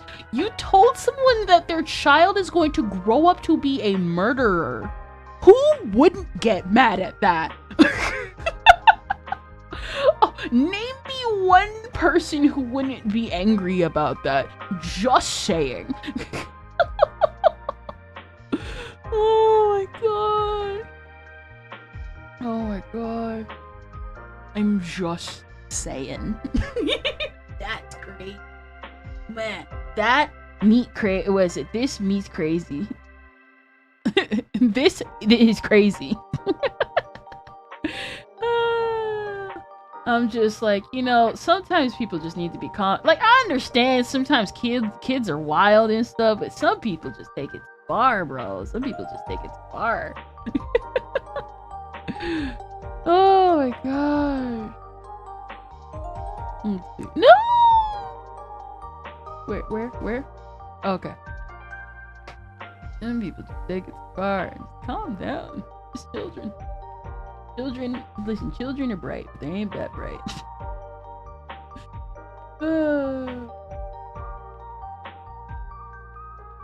And that's okay. Life is a bag of mysteries. And we always have to wonder, why are we here? Just to suffer.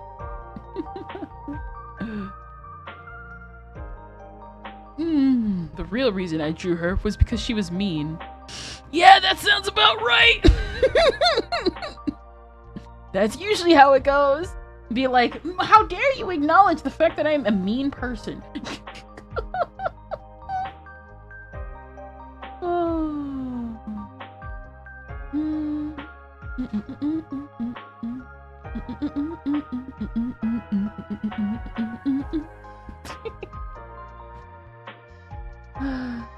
That's how it usually goes. That's where you messed up. Should have hit her with Cursey. Cursey. I didn't drink coffee today. Maybe I should, because KK is yap maxing. Listen, it's not my fault. It's not my fault. You're the one that's just tired and sleepy. You, my friend, need to be hag maxing. Oh my gosh, I am the goofiest person. I am the goofiest goober here. I am, in fact, the goofiest goober here.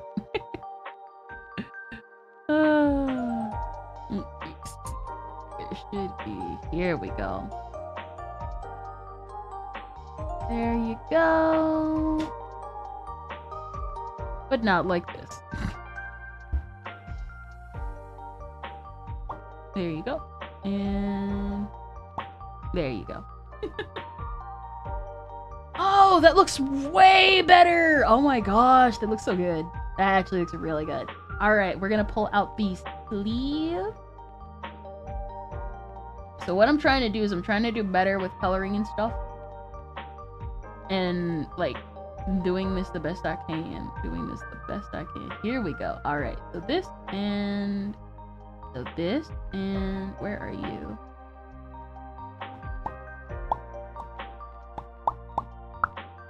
So anyway, I found out that I had my computer at 60 hertz. God's EPish warrior. It's not my fault. I'm not my fault. I try getting up. Listen, I try so hard. I actually genuinely try my best to like get up early now, because not even just for like D&D, just for like life in general, because you know, listen, you know how the saying goes, early bird gets the worm and stuff. So I've been trying to like do better, and I have been successful in some attempts, and then other attempts I'm just like, I'm tired, leave me alone. Genuinely leave me alone. Oh my god. Let's see.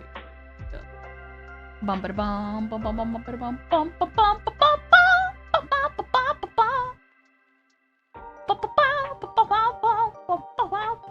bum.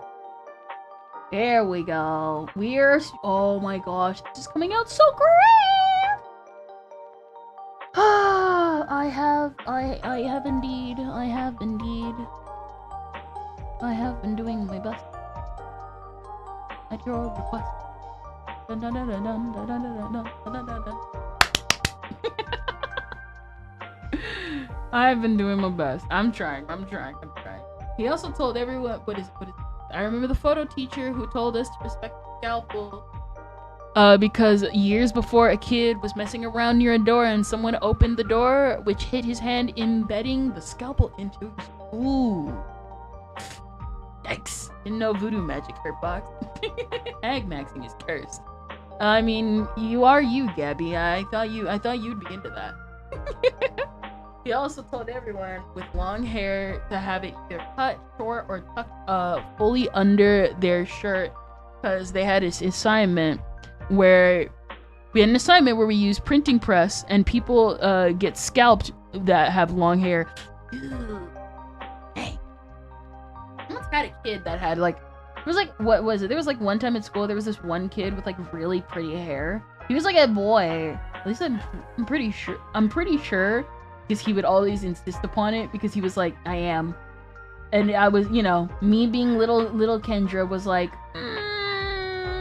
It also didn't help that he was like he had a really, he had a really pretty face, if you get what I mean. Like, there are some people that just have that face. He had the face. And so I remember seeing him for the first time and being like, are you a boy? I mean, I was like, are you a boy? Are you a girl? He's like, I'm a boy. I'm like, right. Listen, little Kendra had no chill with other people. Listen, I was already outsed by the people around me. Might as well, who cares about all the enemies I make?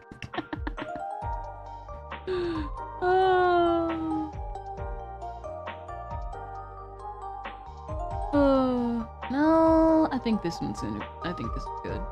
It was really cute, not gonna lie, you kind of sawed. What? Youch, the way you said it. Let's see. Is this? Yeah, okay, it's the right texture.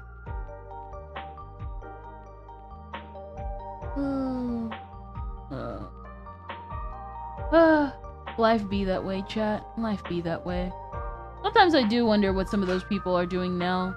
At the same time, I also don't care. Part of me cares, and part of me doesn't care. Mostly because a lot of those people were mean anyway. And it's just like, might as well just not care about mean people. But at the same time, I wonder what they're doing now. Hopefully they're doing a lot better. Hopefully they're a lot nicer. If I could, though, I would probably have fought them back then, though. We're doing the trauma dumping session again. No! I don't like doing that. It's cringe and embarrassing and goes against my own rules. I always end up doing that. Sorry, chat.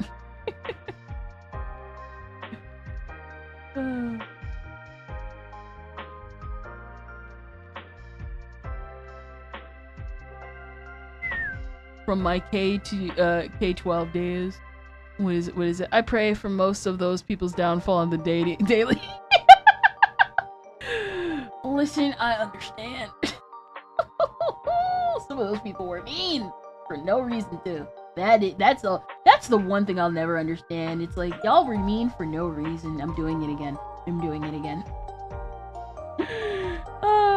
But there were some nice people. Mostly when I got into middle school and stuff. Those people were great. I still remember their names too. If I could, I'd find them. But at the same time, now that I'm more aware of the world, chances of me finding them are very slim. Not only that, it was a long time ago. And sometimes, it's good just to have the memories and move forward. You know what I mean?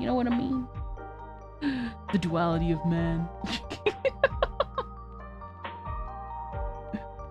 Especially all the people that really wanted to fight me. I hope they get put in a room full of Legos on the floor with no shoes on. Now this is correct.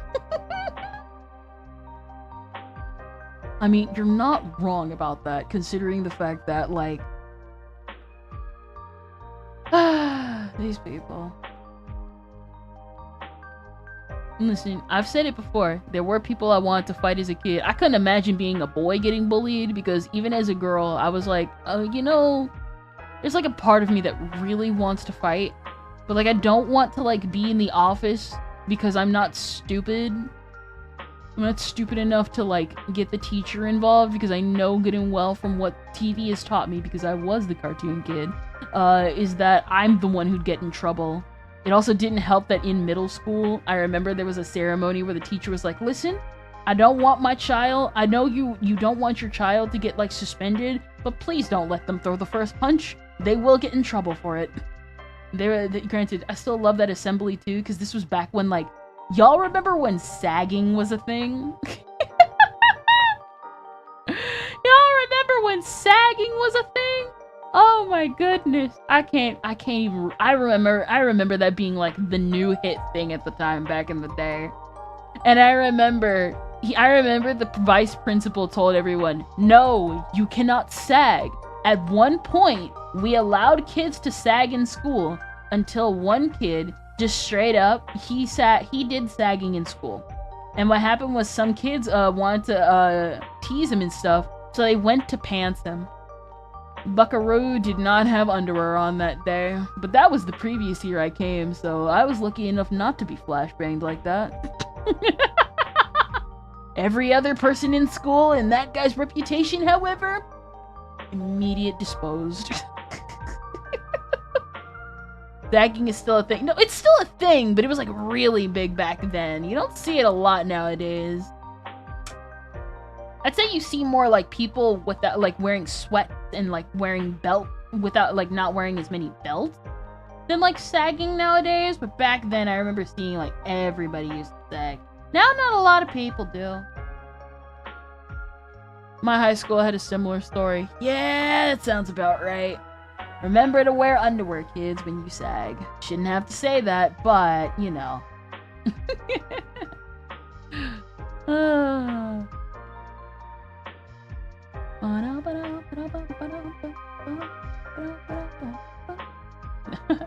I remember some of the series I like found as a kid. I remember, was it 𝙩𝙧𝙧𝙀? That one incest visual novel I found out about, where I found out about incest visual novels. Majikoi. Still regret introducing my friends to Majikoi because that was okay. So for those that don't know, do y'all know that one meme that went around for a while of those girls learning to eat that popsicle and stuff, and it was really suggestive and horny and stuff? That's Majikoi. The penis popsicle. And you can't, and no, that's literally what they are called, because I ended up finding out years later that that was supposed to be the penis festival, which is a real thing in Japan. I know, I love people that say like, stop trying to treat Japan like it's some foreign entity. They're just like every other country. And it's like, and then you'll introduce some just some obscure Japanese thing, and it's like, what the heck? Like, I know they're like everyone else, but they're not like that everyone else. Granted, we do have our weird customs as American. God bless the Bacon Festival. Or as I like to call it, heart attack in a state. Oh, that was the incident. All my high school had was one of the teachers messing around with one of the female students, and he was married! Even wilder was they still. Oh my gosh. You see that right there? I didn't have any stories like that. Surprisingly, my school experiences were mostly normal. I didn't know about pedophiles until I was like,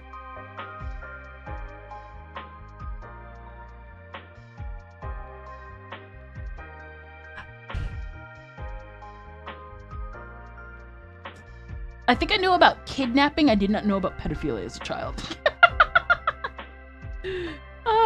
Because again, Law and Order, Law and Order. Surprisingly, there were not a lot of episodes dealing with pedophilia when I went on.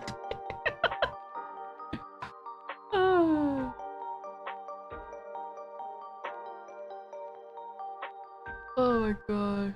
It'd be that way. It'd be that way.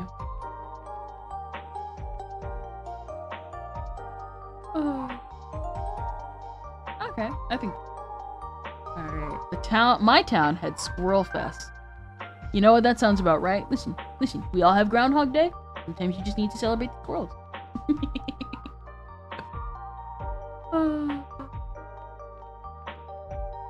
Celebrate the squirrels. Celebrate them. Be happy for them. They ask where? We're so nice. Oh, we're so getting demonetized.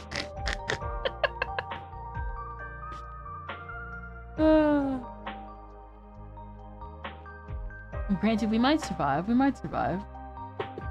We might. It's a chance. There's a chance. So you're saying there's a chance.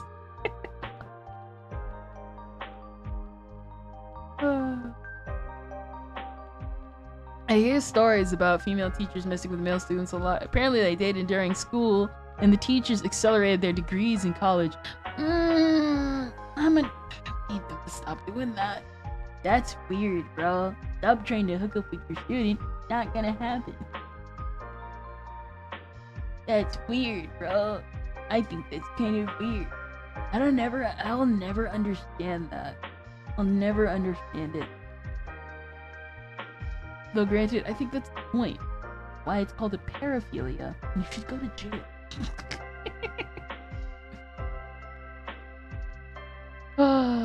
Let's see. Goskin Blair. Unfortunately, I was too busy enjoying Dragon Ball and all that type of jazz.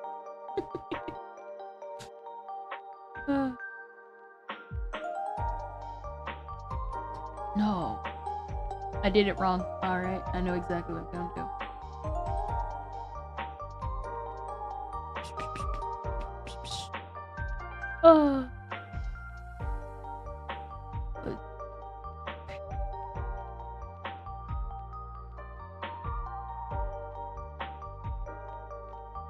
There you go. I think I did it.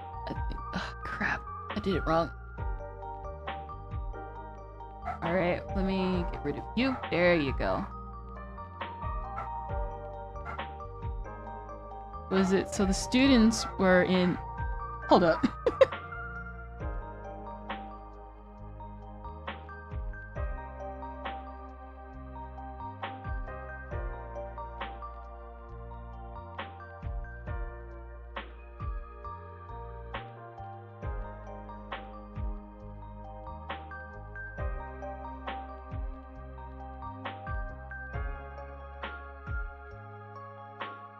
Hold up! Looks like someone came back from their opportunity today, and I'm gonna go congratulate them.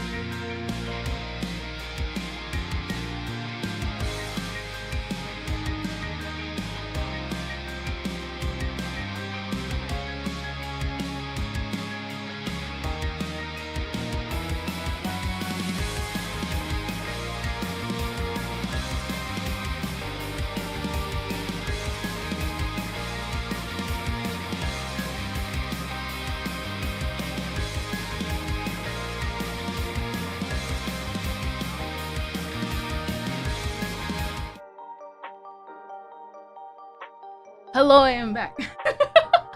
I had to go say hi to the congratulations girl.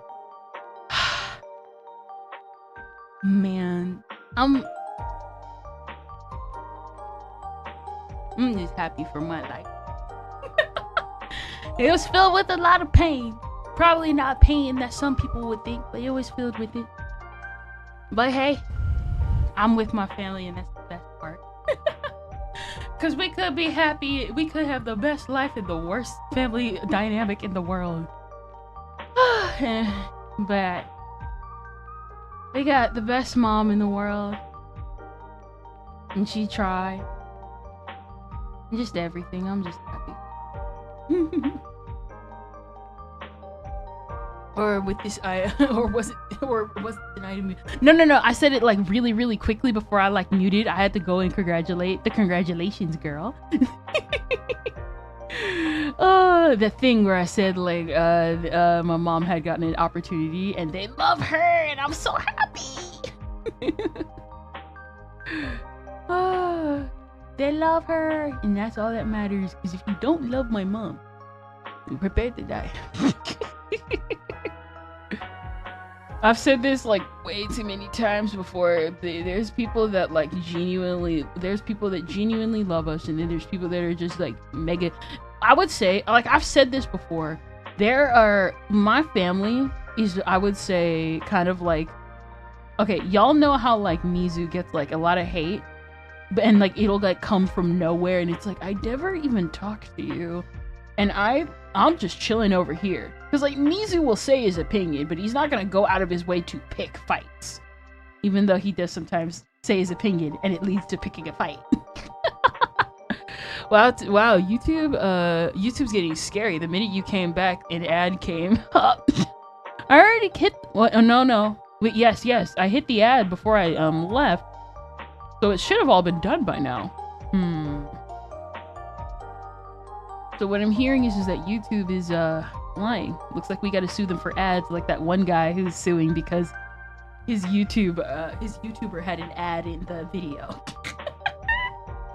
I will never get over that. It's like, listen bro, I hate ads too, but this is going too far.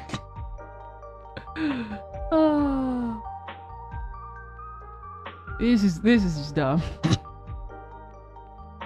I might be a little behind. Oh, okay. Alright. Hello, hero. You are this many minutes into the video. This will tell you if you're behind or not. Let me see. Let's see.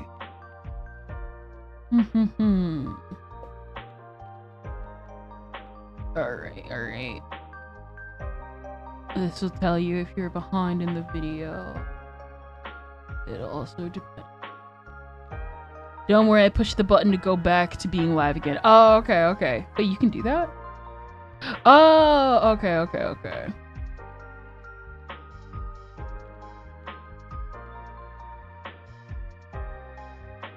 Let's see. We're going to...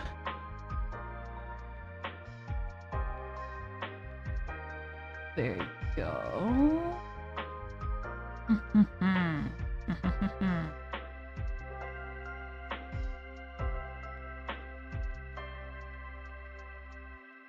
Alright, there's that. And now...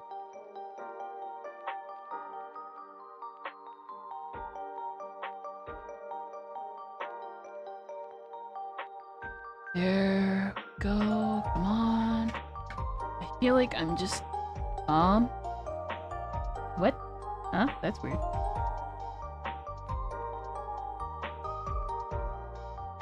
Oh. I'm going to get this done so that I can focus on the chat, because I know good and well I'm gonna start doing the thing again where I chat and get nothing done. So we're going to do that. What do we want to do?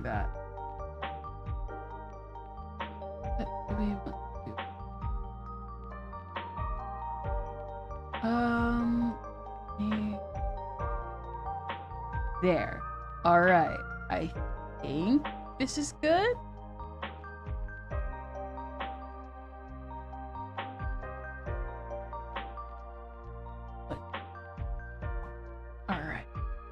So there's that.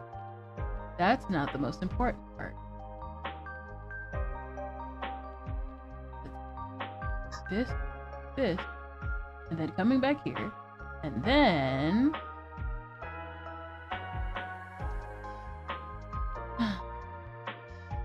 gosh. Listen, remember when I'm famous, I'm gonna regret saying half of this stuff in a year's time down the line.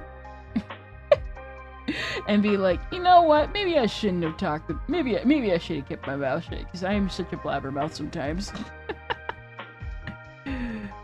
People will be making documentaries being like, and this is what she said 50 years ago on December 5th of 2020 trillion 33.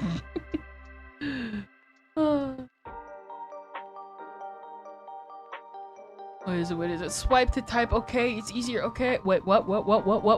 I don't care. What is it? I don't care how many ads I see or how many streams YouTube crashes. It's not paying. I'm not paying for TED. This is true. Red OMG autocorrect. Pretty sure buying people is illegal now. This is true. Swipe. Is it a male or female? I'm getting very androgynous vibe. Wait, what? Was it male or female? What? No. This is a male. This is a guy. This is a guy. This is a guy OC. Guy OC. That's what I was gonna talk about. We're gonna talk about a very lovely movie that came out recently that I have no hard feelings for, but every time that the developer does an interview, I get nervous. Okay. Moving on from trauma dumping for the 50th time in my streaming career. I am so cringe. Am I right? Am I right, chat? Am I right?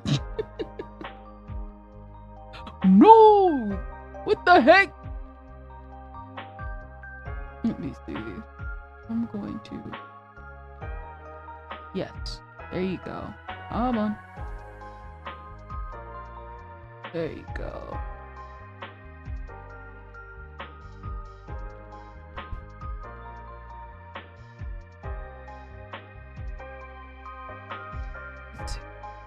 So, there's a movie that came out that I'm not offended about, but I am slightly miffed about it. So, for those that don't know, everybody knows the author of Astro Boy. Everybody knows he's made more works than Astro Boy, outside of Astro Boy, yada yada yada. And what ended up happening recently was they made a work called The Ribbon Hero, which is based on The Princess Knight. The internet never forgets. That's why we love you. Exactly. So what ended up happening was someone made a movie based on The Princess Knight called The Ribbon Warrior. Not The Ribbon Warrior, The Ribbon Hero. And I'm not miffed about it for existing. Obviously, I think it's good that they're remaking it, or like remaking Princess Knight so that it can be like presented to modern audiences. Not a modern audience, I mean making stuff that are old and making it so that people can actually see it nowadays. Problem comes with the fact that not The Princess Knight. The point that they keep trying to say, even though it's very clearly much a reboot, they really want to make it a reboot. They're like, guys, it's not The Princess Knight. It's just a reinterpretation of The Princess Knight. And it's just like, guys, this is the worst interpretation of The Princess Knight you've made. Why would you do that? So, for those that don't know, Princess Knight is made by the author of Astro Boy. And it tells the story of a prince/princess named Princess Sapphire, who what happened was that when they were born, they were having the heart of the boy and the heart of a girl. And what ended up happening was, in the daytime, they would go by Princess Sapphire, and by night, they would go by, well, you know, not the actual day and night, but basically have this identity of prince, and they would have the identity of a musketeer, and they would be Princess Sapphire in the daytime. The problem... oh my god. Problem. And I could be mixing up the plot, because here's the thing. Series is old. Thankfully, now more easy to come by, and I actually do plan on watching. The problem was that this series came out, and you know how this series is titled The Princess Knight? You know how it's called The Princess Knight?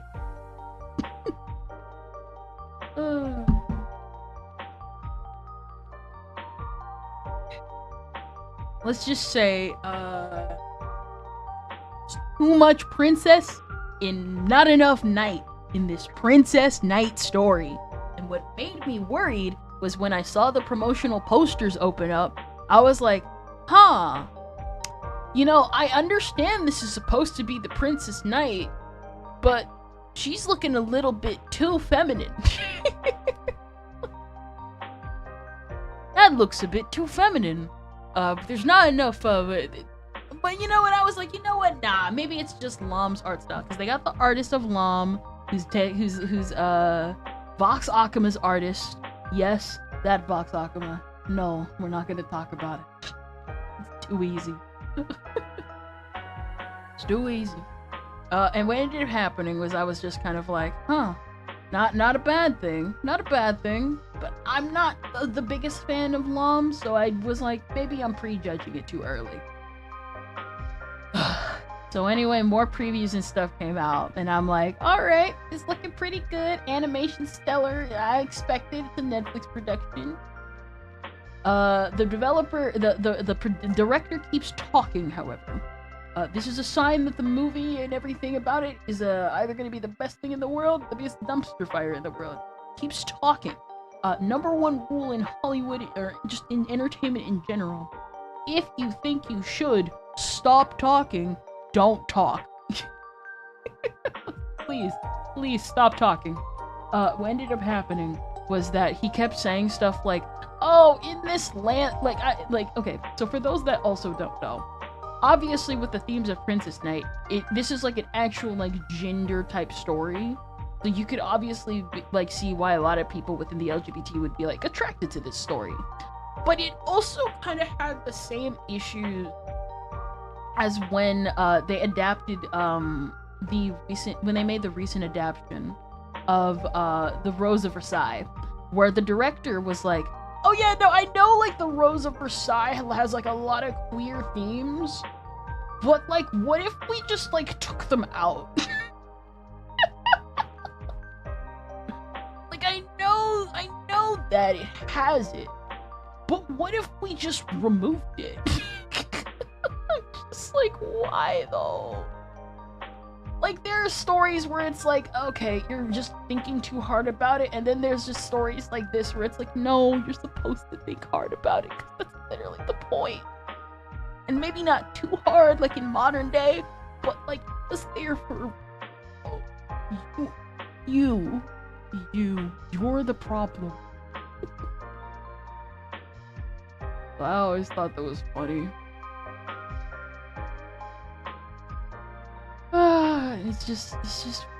I'm just like, brother, I got popcorn. Hello, good popcorn.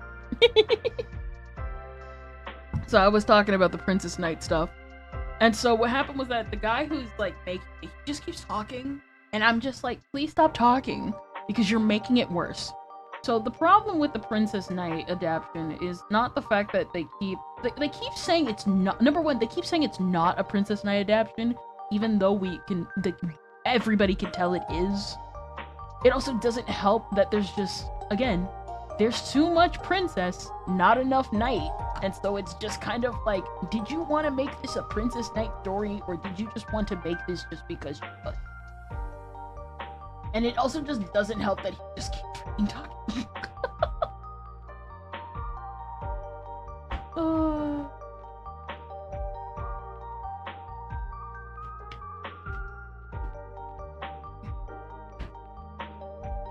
This? Did I? Oh, I forgot I erased that.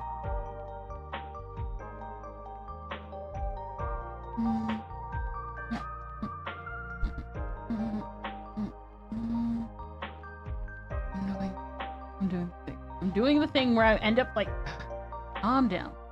Alright. I always end up doing that thing where it feels like I'm like I know you guys are listening, but then I end up getting like paranoid and stuff, so I'm like, oh, they're not listening to me, but they literally just said they are. I always do it to myself. I end up always psyching myself out, and I already know I know better than to psych myself out, but I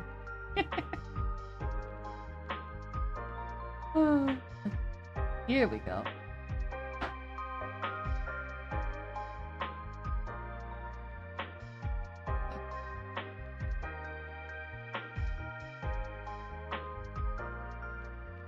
Let's see, what if we took all the gay crap out of Boku no Pico? What's even the point, dude? No, that's pretty much it. That's pretty much it.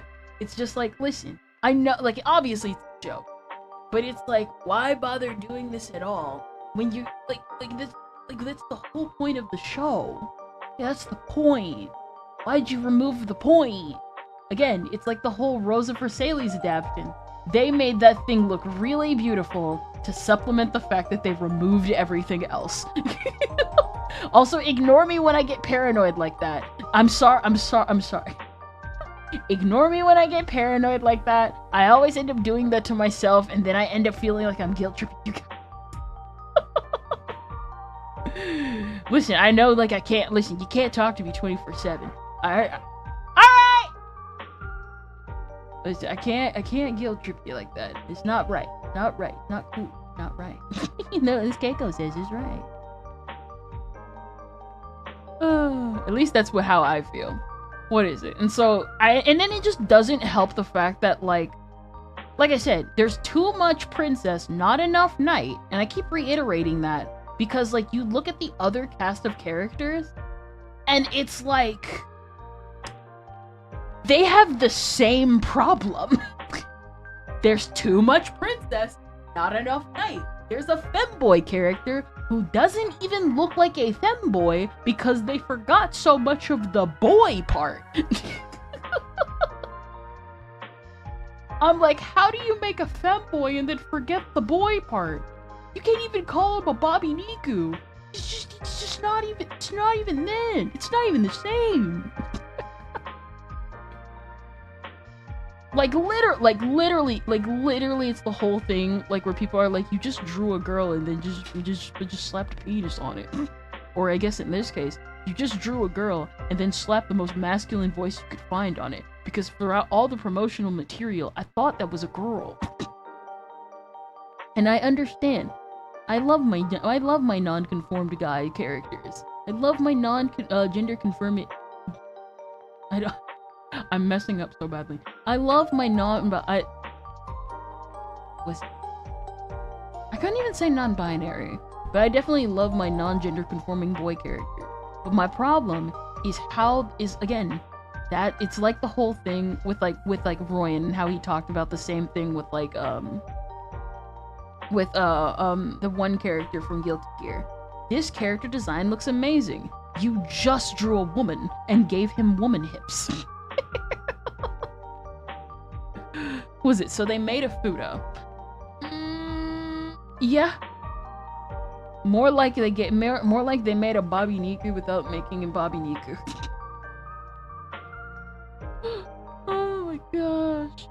Point has multiple meanings in this context. I'm just like, I don't dislike it, because I'm not just disliking it to dislike it. That's stupid. But I feel like it just doesn't also help the fact that, like, again, like, just removing the prince aspect of the Princess Knight, there's also the fact of, like, how when the director came in and was like, oh yeah, no, so we, like, removed Sapphire's hat because there's no point in having the hat anymore. And it's like, but why? The hat was, like, the best part. That's a part of the prince. And that also contributes to why there's so much princess and not enough prince. And not enough knight in this Princess Knight story. Like, oh my gosh. I sound like I'm running in circles, and it sounds like I'm complaining, but, like, seriously, hi bestie, I'm doing Genshin's story. Oh, cool. So it's nice to have you on the side. We're talking about Princess Knight. Hello, Lumber. Everybody say hi to Lumber and be nice. She's nice. We're talking about their new Princess Knight adaptation. They say it's not an adaptation of Princess Knight. However, with how they keep going about it, yes it is. Yes, it really is. So basically, I'm complaining about the fact that they basically made a Princess Knight story, but they removed all the they kept all the princess and just removed the knight aspect, because this is, okay, I gotta like show you a picture of what I'm talking about. For those that don't know, again, I'll reiterate. Princess Knight is an Osamu Tezuka story. And I'm going to read it because I actually am very interested in the story. This is Princess Knight. Let me see if I can find like a color version of both like Sapphire in both their like forms. Sapphire in both forms. Because there's blonde Sapphire and black-haired Sapphire.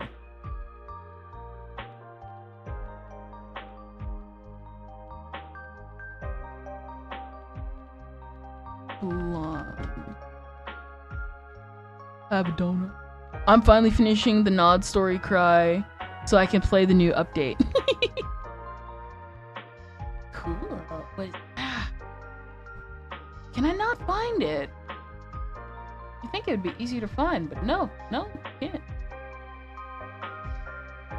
I think I'm just gonna have to like settle with this.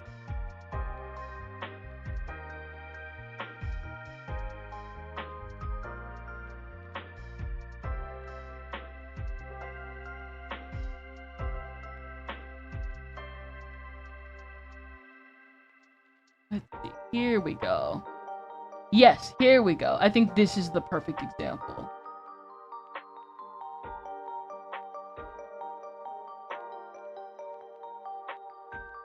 And it could just be the art style. Again, it could just be me complaining, but at the same time, I'm just like, no, I feel like it's not just me, because other Tezuka fans are complaining.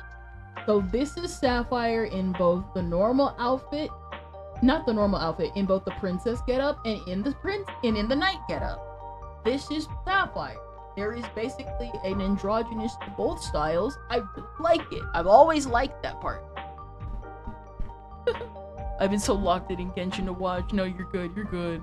I love they designed an obvious female character then slapped the boy label on them. So that's my thing with I like about like Princess Knight. Because if you know Tezuka's style, just everyone looks like this. Everyone looks like this. The boys look like this, the girls look like this, everyone's got eyelashes, and everybody looks pretty like that. Everybody's got that androgynous look to them unless they are supposed to be hyper feminine or hyper masculine.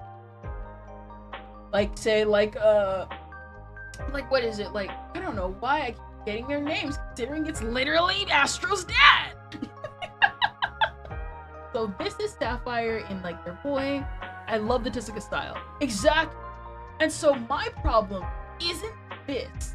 The problem I have is with the new thing with Princess Knight is that this is what they made for Sapphire. Oh man, it's like mega clear. This is the princess side on this side near me, and this is the knight side.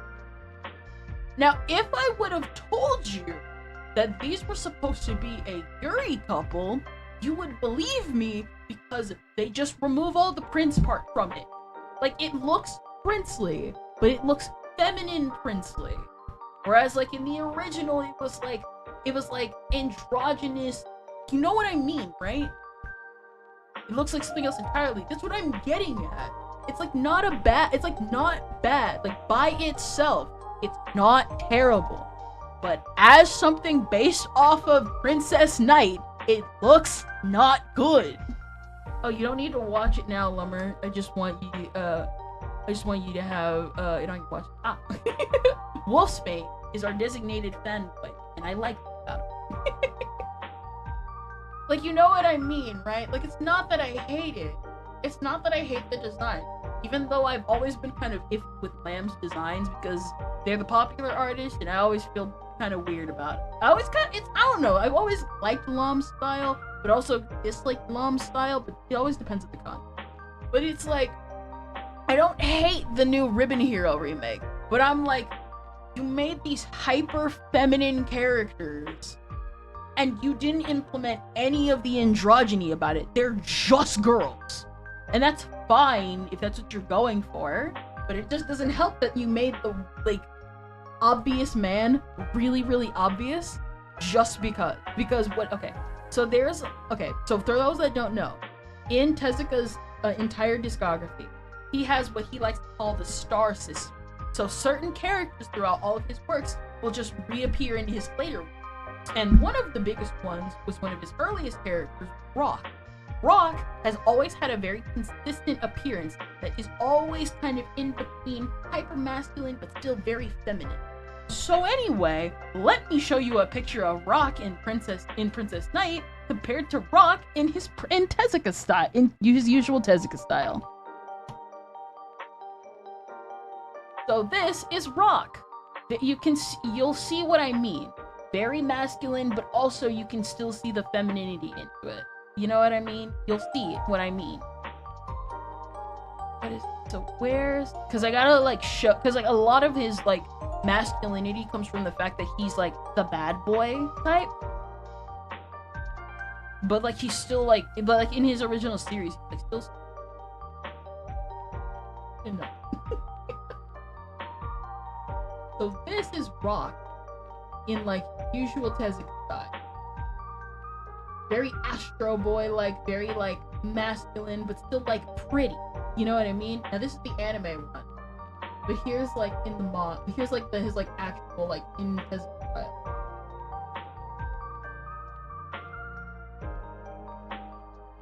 Here you go. I'm like going through so many things. Oh my gosh, what is it? And this is what I mean, right? So I'm going to do Ribbon Hero. So I know, what is it? No, stop it. Rock. So anyway, they made this brother look hyper, like they hyper masculine, like they made him like super hyper masculine to me compared to like his style, and I'm kind of like, I'm not feeling the design at all. Like, you know what I mean, right? Like, you know what I mean, right? Strawberry donut with rainbow sprinkles, right?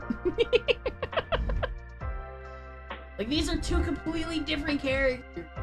It also doesn't help that we also already have a Rock version in modern day, and it's called Metropolis. He lost his boyish charm. Exactly. I'm getting JoJo Part 1 vibes. Yes! So, Rock is one of, like, the older, like, so, the thing is, like, early on, Rock be, like, one of those, like, like, you know, like, good boy to protagonist. He was, like, the little, what is it? He was, the thing with Rock is that Rock is supposed to be the good boy detective, and then because of the star system, he's been frequently shown to be more antagonistic and very like bad boy type. Like, he could do wrong. In this, but the thing is, he also kind of had the looks to back it up, to like lean either way. But the problem, not the modern style Tezuka. This has been like a really big complaint in like the Tezuka community for a while, that like they just kind of are afraid to lean into more like Tezuka's art style because for some reason they think it's not appealing. I don't know why. It's just a weird problem they've just been having. It also doesn't help that they added this anime original character that's just not in any Tezuka work, and this is the character I talked about earlier, where I just said, that's just a girl, they just slapped a man's voice on top. And that's fine if that's what you're going for, but if you're talking about Princess Knight and how it deals with androgyny, you're not gonna get androgynous from this character. That's just a girl. That's just a girl. And this is the problem with, like, again, the whole thing with Princess Knight, because the whole point of Princess Knight was that it dealt with androgyny, and you just made a bunch of girls slap the tomboy label or androgynous label on them, and then made the, like, one hyper-masculine male who's not supposed to be even hyper-masculine. And I'm just like, what the crap are you doing? His hair sways the wrong way.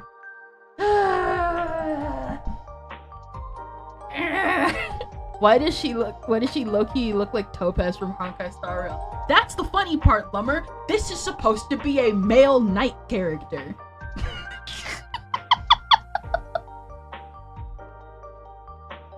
Which again, is fine if that's what you're going for. But it's an anime original Tezuka style character supposed to represent the themes of Princess Knight. But the problem is, that's just a woman. Looks like a masculine. I mean, if you do put it side by side with Atari, you wouldn't be shocked.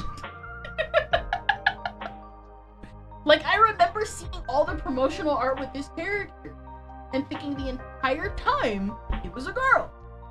And then I listened to a clip. That's a man. Here's the thing. I like my masculine, like, female type characters. One of my favorite series is Land of the Lustrous. That deals with gender ambiguity all the time. I love Land of the Lustrous for doing so. But the thing is that Land of the Lustrous knows what it's doing. And even I've called this out in the anime version of Land of the Lustrous. They lean highly into the femininity of the gem. Because and I don't like that they do that with Land of the Lustrous because this also backseats Congo, the teacher of all the gems. It backseats Congo and they make him hyper masculine. And it's like, no, Congo is, I'm gonna end up, one of these days we're gonna end up actually doing like the whole Land of the Lustrous manga reading. It's gonna happen. I just keep pushing it back because I get nervous. But I'm gonna end up talking about this. But one thing I don't like about the Land of the Lustrous anime, even though it is mega beautiful, I don't like how they masculinize Congo, and I don't like how they hyper-feminize the gems.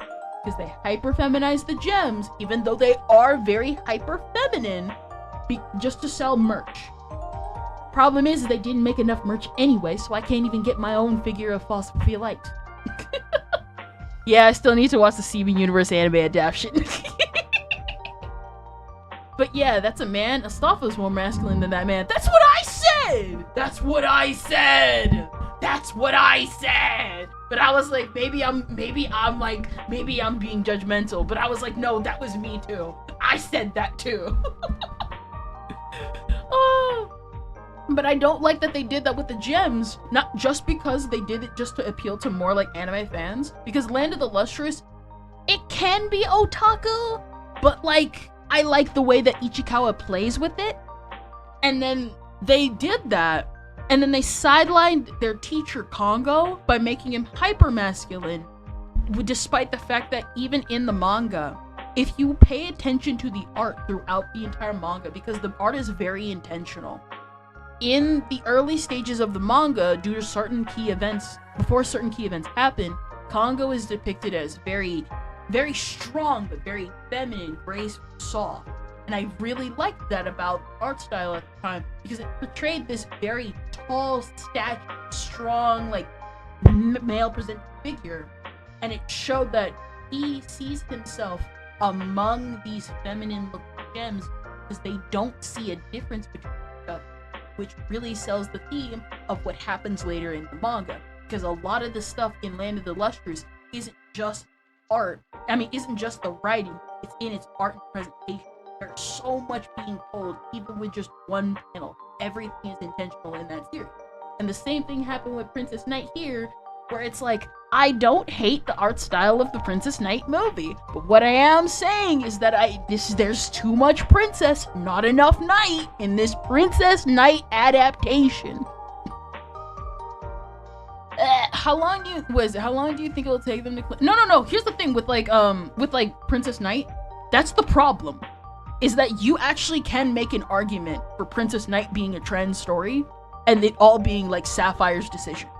This is actually one of those stories where that is actually okay to make that inference because a lot of it is intentional. A lot of it is a commentary on that. The problem with Princess Knight's ribbon hero is the fact that they're like, you know what? Literally in an interview, the director went on to literally insert his politics and be like, you know what? I kinda don't like the current. He tried to insert politics about the culture war for some reason. He tried to actually like be like, oh well, I don't really like I think the culture war stuff is like nonsense, and I don't think we should apply it to this story. And I'm just like, brother, what? I'm like, brother, this is like the one story that actually is a part of like the culture war. This is one of those stories. This is one of those, you literally did this. This is your fault. This is like that time that one studio adapted the Yuri and a Yuri anime and then removed the Yuri. Oh my gosh. You think I'm lying, but I remember, what is it? It was this one, like, man, what was it? I'm like looking at the series. Was it Whisper Me a Love Song? Was it Whisper Me a Love Song? Yes, it was Whisper Me a Love Song. The anime adaptation of Whisper Me a Love Song is about music. And they keep all the music. What they want to do is they want to capitalize on Bocchi the Rock and make it all implied Yuri, and then just remove all the actual Yuri. So, you remember that confession at the festival? Gone. You remember that time they went on a date? Gone too. All the other things that happened in there that's literally like about communication and the best parts of a romance that you want to see? Gone. Oh, I'm just like, why would you do that? Why would you do that? It's like at that point, just don't adapt it. Just like don't adapt it at that point, bro. You can't adapt the series the way it's supposed to be. That's where it's just like, just don't adapt it. You know what I mean?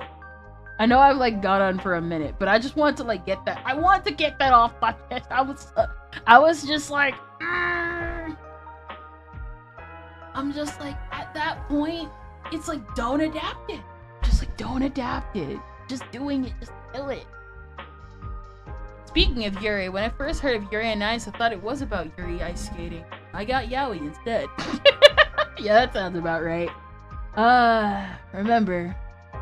What was it? Oh man, I forgot. What did Yuri on Ice used to be called again back in the day? Oh, the headcanons can't hurt you, bro. Listen, if Black Lagoon can have an episode dedicated to gender bending, Yuri on Ice can too.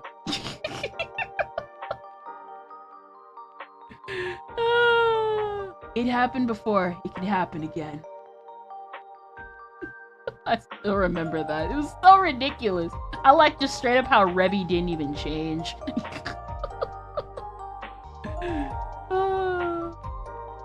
Revy just flat out didn't even change. But... okay, here we go. There you go. Alright. I know, I'm going on my rants. Sorry, everybody. I know I shouldn't really apologize, but like I know I like go on like just like rant after rant sometimes when I get like this.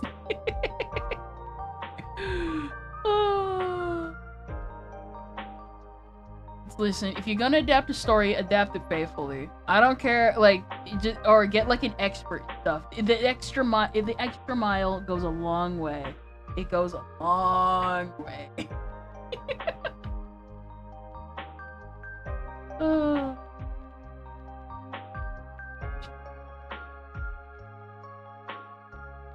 No. Here we go.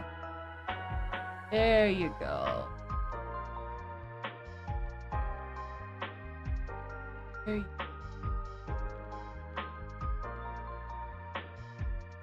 And there you go. All right. There you go. Yoo! Let me put this paper. Where are you? There you go.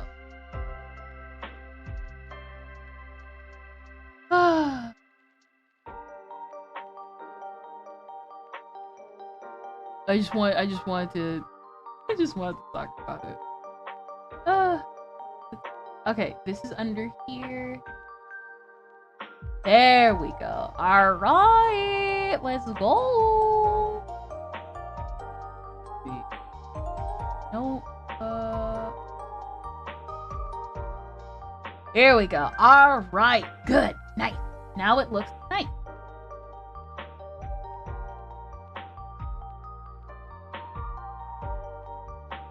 All right. Now, because of this, I can move to down here. No, I cannot. Wrong part.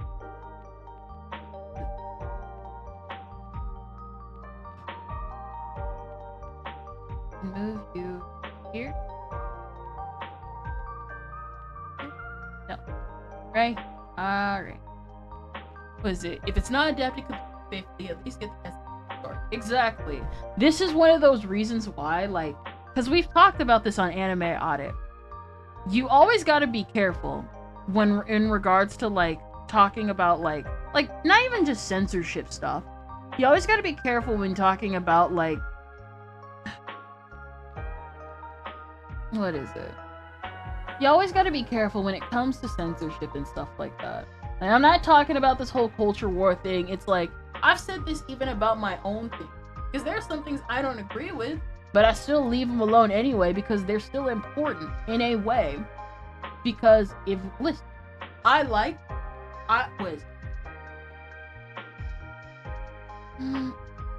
stuff like Land of the Lush. That's a good example. If we censor any of the other, if we censor because some people find like Yuri and Yaoi and stuff icky, I'll never get something like Land of the Lustrous ever again. I don't want stuff like that. I want my Land of the Lustrous. I want my series like that because because that allows people to think and read and not always change their mind, but genuinely think about it. If stuff like Land of the Lustrous disappears off the face of the earth, that just leaves people more close-minded. Like, if no, like, listen, listen, I have my favorite. I don't read or watch Yuri and Yaoi as much as I used to, but I still do have my favorites that I love to meme about every single time.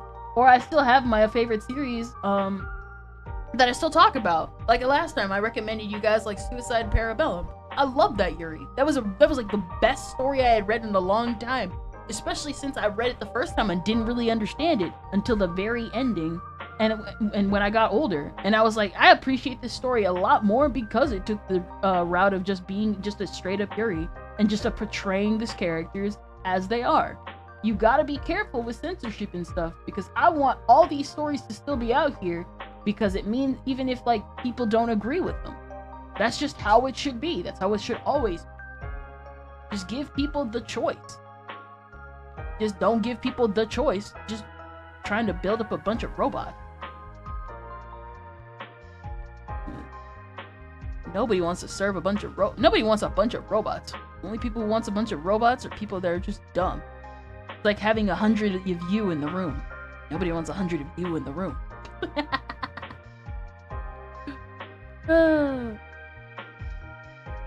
You don't even want 100 of you in the room.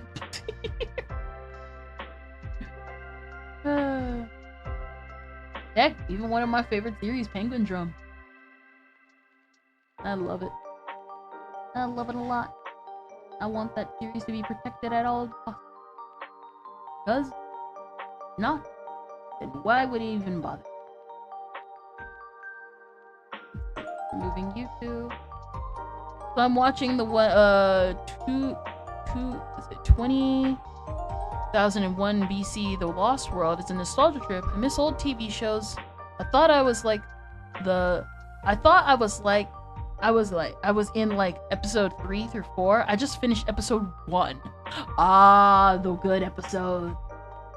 You know when a series is good when you just realize, oh, it's only getting started. I remember. Nah, we're gonna end up going into Utena posting again. I know one of you in my like Discord is going through Utena and I'm having to like explain certain things. I don't want to explain too much because if I explain too much, then it's gonna like spoil and break the story a little. 2001. Oh, okay.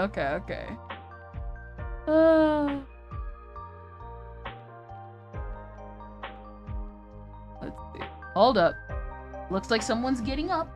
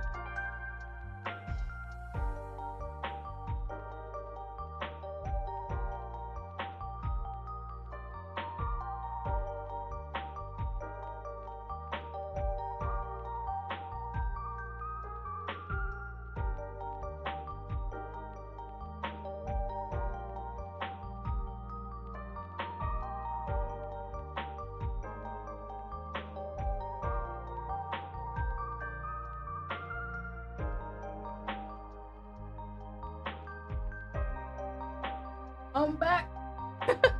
My computer decided to up. One of my first Yuri things. Genuinely like Girl Meets Girl. Oh, I know, like, there's that one Eldritch series. Was it that one Eldritch that came out? Ironically enough, around the same time that Eldritch Yaoi came out. Girl Meets. Oh yeah, I remember this one. This one was like everywhere back in the day. Everybody like talked about it. I never got into it, but I actually did like the premise a lot. Tubi is really a godsend for watching old. Oh my! I should probably go put that on the charge. Yay!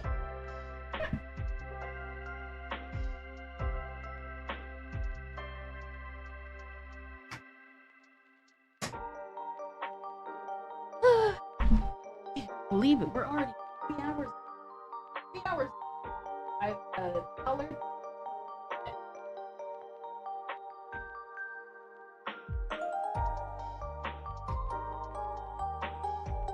I can't even say that. I'm actually really enjoying this. I'm getting so much better at art recently. I'm so happy. It's really watch regular anymore. But you can't watch regularly anymore. Even the ads aren't as long as the ones on TV. That's my thing I noticed. Can I be real? I think that ads have gotten even longer than they used to. Because I remember ads didn't used to feel that long. And they just feel, it just feels like the episode, okay. So it would feel at least like 1/3 of the episode would go in. And then an ad would show up. And then like, now it feels like, it just feels like all the segments are really, really shorter now. And then like they just insert more ads to like make up for the fact that nobody's watching TV as much anymore. I don't know, maybe it's just me. Maybe it's me. Maybe I'm the problem.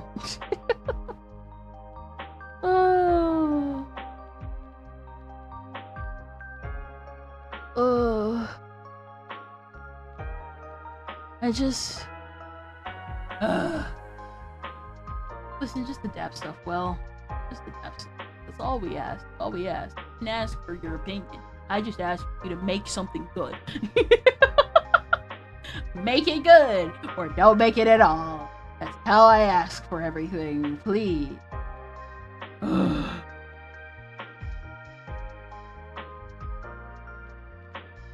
Here we go. We're going to put here. Wrong one. Where are you? Here you are.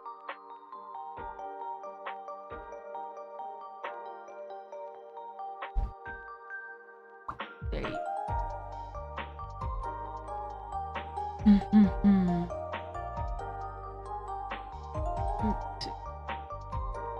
Ah yes, tiny white speck. But no, I actually really agree on Tubi. I almost forgot. I'm so sorry, Wolfsbane. I actually really agree with Tubi. I genuinely believe, because like TV will only ever die if the people that are like making it are just really bad at making TV. I don't believe like TV will ever personally die so long as you know what you're doing. And the people at Tubi know what they're doing because people have been asking for it for decades. Have a channel dedicated to cartoons so that we can always watch it whenever we want. And they basically just delivered. They delivered pretty much everything people have been asking for. And the only thing that I guess I would be worried about is them just going rogue in the future because they got money and success. After all, when you spend over $1 billion on a thing, it's not always because you're poor. It's just because you can't say no to that billions of dollars. You know what I mean? I can't trust modern Western media to make Yuri properly. Can't make anything hot anymore. No, here's the thing. You can make butches hot. The problem is they only ever depict one type of butch. Like, it's not that they can't make a butch girl, like, hot. They only ever portray the one type of butch because, in my personal opinion, I don't like how nowadays they, like, the whole point of, like, the LGBT movement that I actually think was a really big positive was the fact that they were like, we should stop trying to conform to gender norms, that we can all be who we want to be. Only for the new generation to interpret that as, I think we should all go back to gender norms. And I'm just like, no, you just missed the whole point of this. You missed the whole point of this. This is actually a really bad thing. And then a lot of people reinforce new bad gender stereotype, which, ironically enough, is like that whole thing where someone, what is it? It was that one guy who was like, I have a black woman in me. It's like never any other anything else. Just a black woman in you, huh? Oh my gosh, it be that way sometimes. Just be that way.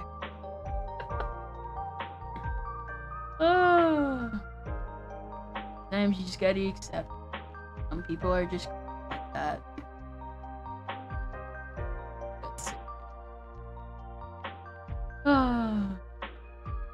Did you happen to see the EDP documentary? I have not, and to be honest, I have zero interest.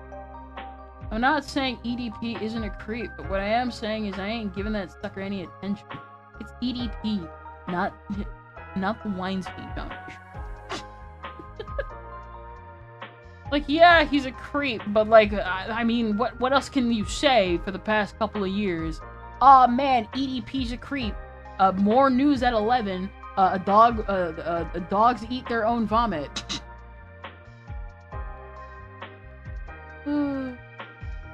Here it is. Where are you? Here you are. There you go. There you go. He's just weird, and we need to just stop giving him attention. It's like the whole stuff with Nyara. And we're not getting into the stuff with Nyara, because I already know how everybody feels about that. Just stop giving these people attention. Stop giving Nyara attention. If anything, I have said time and time again, it is better to stop giving these people attention because they are become such a detriment to themselves. It's just sad to watch.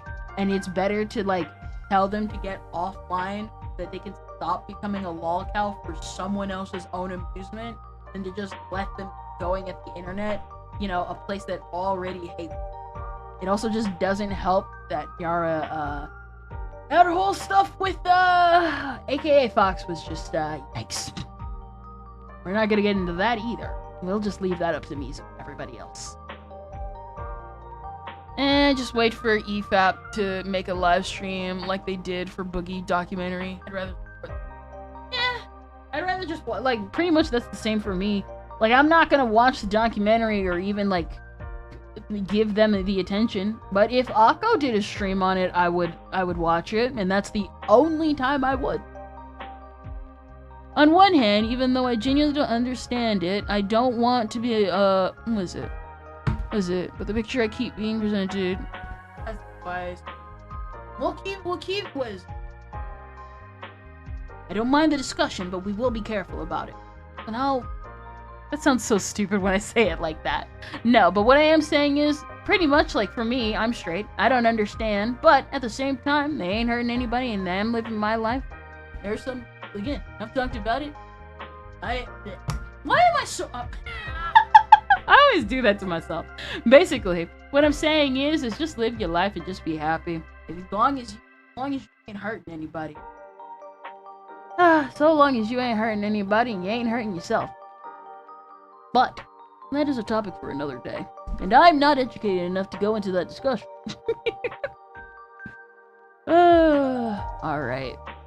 We're going down, down, down the bottom of the sea. Okay, this is what it... Here we go. It's getting late, woman. Maybe your mind is going. Sometimes, yes. Sometimes, like, what is it? Sometimes I'll want to talk about something serious, and then my mind will immediately be like, you're gonna stumble on your words, and you're gonna sound, like, not intellectual. Every single time, I want to sound super smart. I'm just like, here's my opinion on something, and my brain's like, so what if we jumbled up your words and make you sound like a nervous wreck who's trying to avoid the topic at hand? And that's, like, the worst part, too, because I'm genuinely invested in the conversation. It's like, yeah, But what if we made you look like a fool? It happens. Sometimes it be that way. Sometimes it be another way. Sometimes your mom. Sometimes I try my best. I can't believe it. It's already 9 o'clock. No. That's no. What? No. It's not even. That wasn't even the right thing.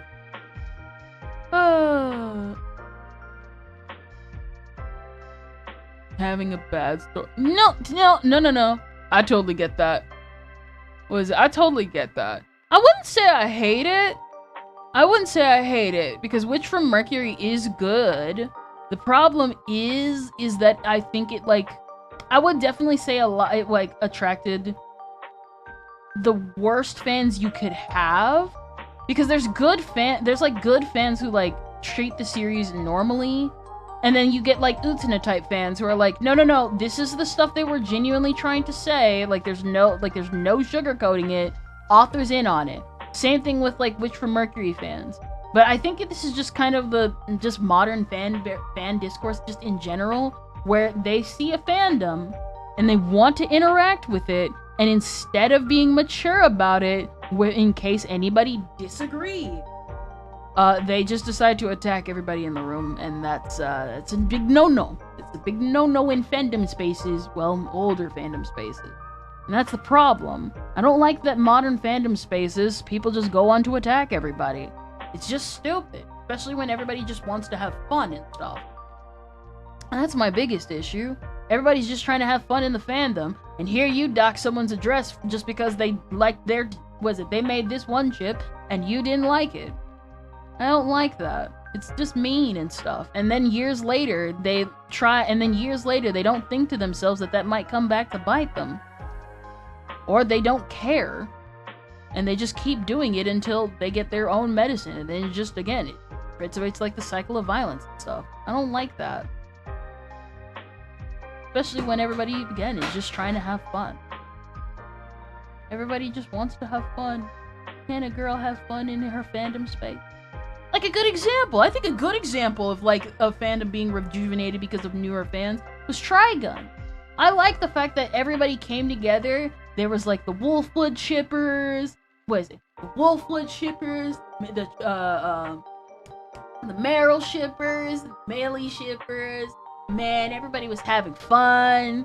I love the fact that everybody just came together to just have fun. That was the best freaking part about that. And then I'm just like, why can't all fandoms just be like that? Just come back and just have fun with each other. I just liked that. It was just fun. Modern fan bases just don't want to do that. Then I realized eventually that the reason why they don't do that nowadays is because everybody wants to be the loudest one in the room and set the precedent and all that type of stuff. I think also it just helps the fact that Trigun is freaking rich. So of course everybody's gonna freak out with Trigun and stuff. And people aren't gonna freak out with Trigun because most Trigun fans are old heads. So the modern Trigun is good? I didn't say that. I did not say that. Trigun Stampede was pretty good. Trigun Stargazer was decent. But it was still rejuvenating the fandom enough to make more copies of old Trigun for the manga. So we got something still came out of it. Like good stuff still came out of it. Was it good? Oh, but that's just how it is. And I think something like, again, going back to like Princess Knight, like I think the good thing about this is that at the end of the day, it caused the fandom to come together and like tell older fans like, hey, or tell newer fans like, hey, if you want like Princess Knight, go read the manga. If you genuinely want a story about gender non-conformity, go read the manga. Go watch the old anime. Yeah, it's dated, but like so will you in a couple of years. Just appreciate the series for what it is. And that's how it should always be. You know what I mean? You know what I mean? That's just how it be.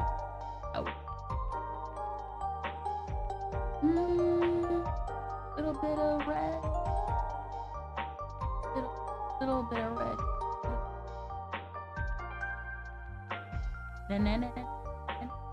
I thought Stampede was the newest one. No. Okay. Stargazer is the second core. So, Stampede is the first one. Stargazer is the... Okay, so Stampede is the first... I say it like this, because it's like this. You want a good Western sci-fi series? Go read the manga. Blends both of them perfectly together. And then just becomes a bunch of sci-fi stuff later on. It's a good blend of both, even though one leans heavy in the beginning and then leans heavy the other way in another. The problem is that when it comes to the anime, if you go for the 90s anime, you're just mostly gonna get Western. Go for the modern anime, it goes for mostly the sci-fi. If you prefer either or, that's okay. That's okay. The problem is it's gonna be still confusing regardless of what you pick up, because the Trigun manga has so many adaptations that at this point, you're just gonna have to guess for yourself.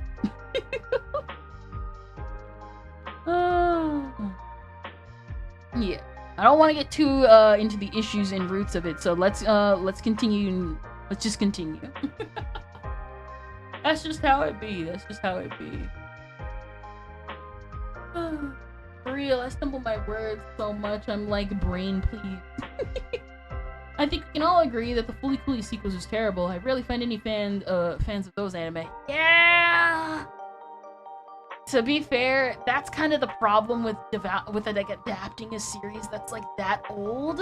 And it's like, oh, well, technically, no. Because remember, guys, I said this last time. You guys gotta remember, that is exactly what would have happened to Panty and Stalking had things gone absolutely south. So for those that don't remember or don't know, the reason why the Fully Cooley adaptations ended the way they did, or were the way they were, was because the people behind them were not the original creators. When Gainax got in trouble because of tax reasons, and because they were mistreating their employees, causing them to leave, they had to sell a lot of their assets, and they had to sell a lot of their most popular assets, but not Evangelion, because Studio Kara owned Evangelion now, and got the rights to it. Whereas Studio Trigger went to go form their own thing, and they didn't get the rights to really any of the stuff. They were the more... But Studio Kara is the Evangelion people. Studio Trigger is the Gundam is not the Gundam, but the Gurren Lagann people. That's basically the two sides of Gainax. And what ended up happening was that when they had to like disperse all their stuff, when they had to disperse all their stuff, they lost a lot of it. They lost a lot of it when they split. And two of the properties that were on the ropes for being taken away were Panty and Stalking and Fully Cooley. Fully Cooley had the nicher, cooler fan base. So they got to sweep that anime. So other studios got to sweep that anime up and just take it on a joyride. Yeah, they swept that up, take it on a joyride, and we don't talk about the Fully Cooley anime. We don't, for obvious reasons. Many.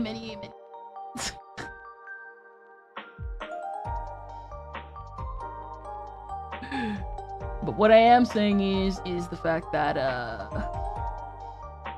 let's see. All right. There you go. All right. So basically what I'm saying is if you're wondering why Panty and Stalking came out as great as it did, that's one of the big contributing factors. Like, I really wish I was joking. We could have gotten Panty and Stalking Season 2 15 years earlier, but we would have gotten the Fully Cooley treatment. And as we all saw from Fully Cooley, this Fully Cooley sequel, I don't know why I'm stumbling on my words still. As we saw from the Fully Cooley sequels, alternative and progressive. They were not good. They were garbage. They were doo-doo water. Because they were trying to make a cash grab Fooly Cooly and not an actual sequel to Fooly Cooly. It also just didn't help that the Fooly Cooly sequel just straight up was like, you know what, I'm 3D now. I'm 3D now. Is that the reason why they kept those High School of the Dead Gacha game ads? Why I kept getting those I think probably so. I know at least on my end, I've been getting a bunch of Negima ads. I think it depends on I think it depends on like the studio as well, because sometimes they'll bring back a series even though they really like it and stuff. Ooh. What is it? I'm such a beginner into anime. It's basically a joke. I have heard of Fooly Cooly, but I have no idea what it is. I only have an idea of Panty and Stocking because I watched a review on it. I will say this, Fooly Cooly, even like I didn't get to watch all of it all the way through, but like Fooly Cooly is an experience. You are never going to understand Fooly Cooly unless you watch Fooly Cooly, and I need to rewatch it myself because I want to like actually experience the full thing because I didn't get to when Mizu and them were watching it last time. But it is definitely, it's like, you hear like Fooly Cooly is an experience. It genuinely is an experience when you watch it. But it is basically puberty. It is basically just the puberty anime.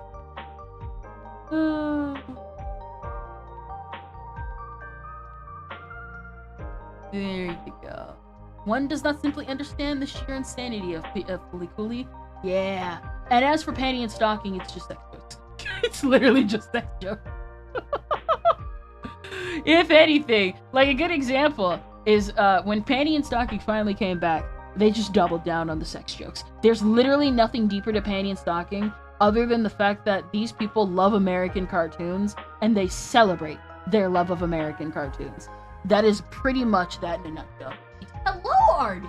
Hello! We are talking about adaptations, and I'm so sorry to everybody in the room. I did not expect the unexpected. I am surrounded by anime nerds. Of all kinds. I am surrounded by anime nerds of all kinds. No need to thank me. I can be annoying.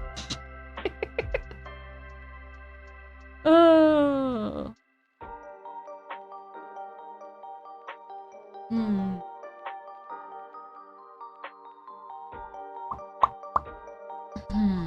Do I want to? I don't think I need to. But I might, yeah.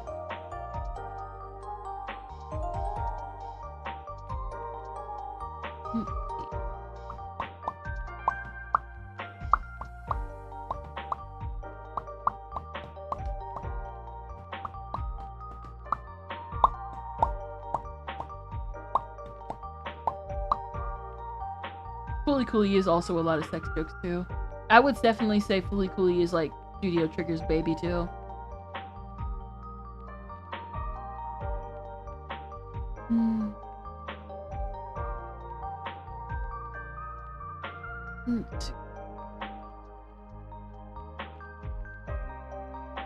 There you go, there you go. Then the artist could probably like go over it if they wanted. Whoever it is.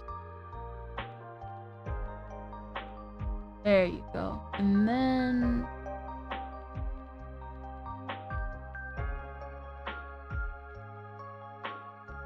Air Gear mentioned in Big 26. KK calling him a fanboy loser for me. Did you say Arden? No. You see, Gabby, you're the fanboy loser and horny. We're never going to forget that, Gabby. That is your personality forever and ever.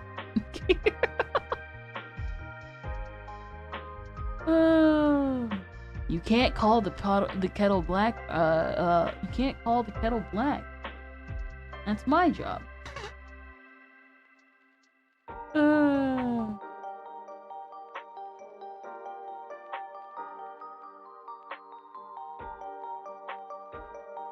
Oh, also, both Nagima and Air Gear are finished stories. We can get a full adapt. Or you can get this, what happened with Reliana in the Duke's Mansion. So for those that don't know, that's a webtoon. Big webtoon from back in the day when Otome Isekai was new. And what ended up happening was they made an adaptation. Oh my gosh! We finally reached 500 followers on Twitch! Nice! Even HQ Holder is finished, even if I haven't read it. I can't believe it. Oh! Wow! Thank you for the follow! Let's go! Listen, we're climbing up, baby. We're climbing up. 5, 6. How long has it been since I've been streaming?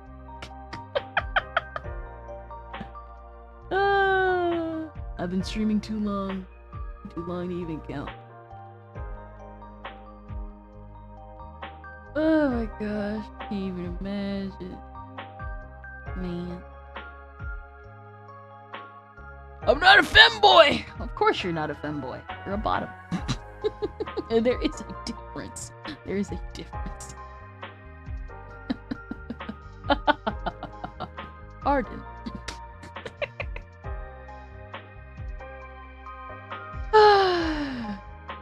Correct. I'm a bottom and a brat. Brat is subjective. Bottom, yes. Brat, debatable.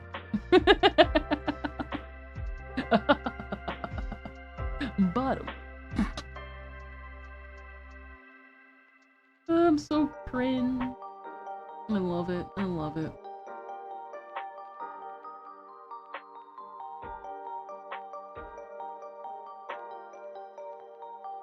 There you go. There you go.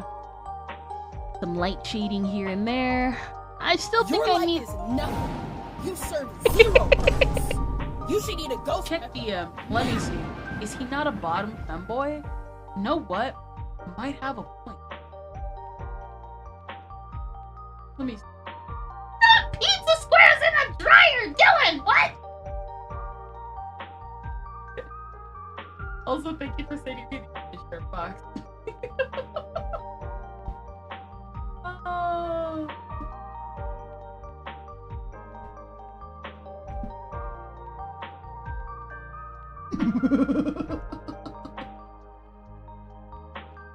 Oh, what is it?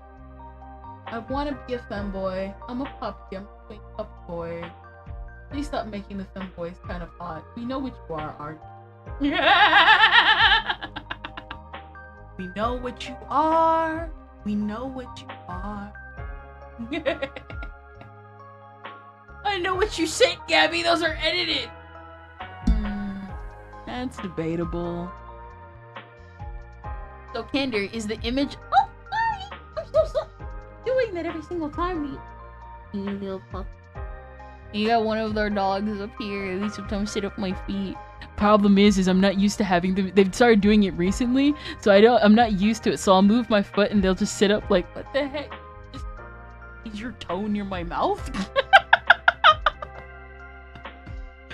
I'm so sorry. Okay, I see what's wrong here. We're just gonna have to make the collar full white. We're gonna have to make the collar full white, so...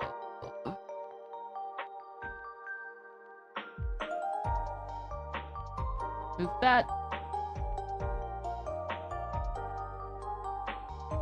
Remove this. And just make them white. But no. Ah! Oh, some of you found, what is it? Some of y'all found the other Quabbit type. Some of y'all are finding the other Quabbit types. I keep forgetting. Guys, you do realize there's a gotcha in this.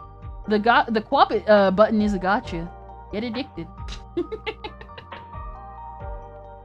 Get addicted, brother.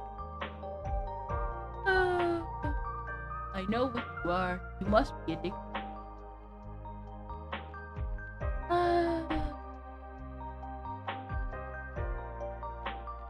But I'll deal with the collar later. I'll deal with the collar.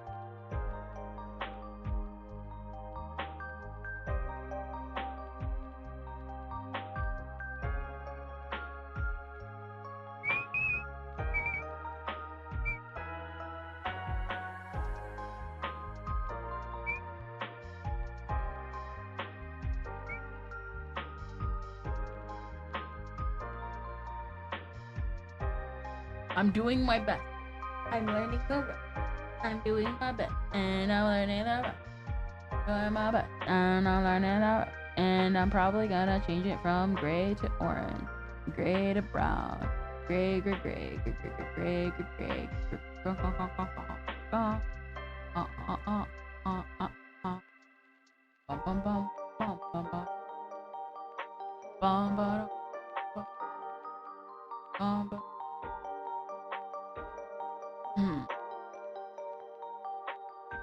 or maybe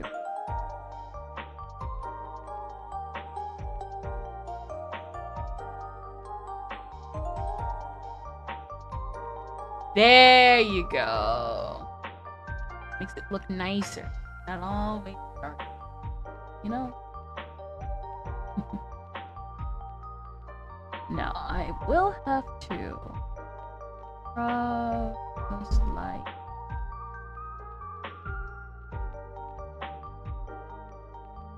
there you go. Makes it more not pastel. Not pastel. I am cringe. And I agree. Lies and slander. What are you guys doing in my chat? No thanks, I finally kicked that addiction by getting addicted to that critically acclaimed MMORPG Final Fantasy XIV that includes an external free trial. Come on, Arden, you're so pathetic I don't even need to send the edits. Oh my god. Will we ever see a quaffit? Yes, I still remember the slip up that when you introduced the quabbits. Quaffits? Have I ever said quaffit? Remember that. Quabbits. No, quabbits with the K, Macabre, it's quabbits. Lies and standards. It's fact. How do you do a large emote, Gabby? Nope. Yes, you have. You're just back. You guys are arguing back. Then I guess I have forgotten that I said quaffit at one point. Quaffit is what quabbits cough. That's when they cough. Quabbits are quabbits cough. I forgot to turn back on my phone. That's gonna be an important factor later on when.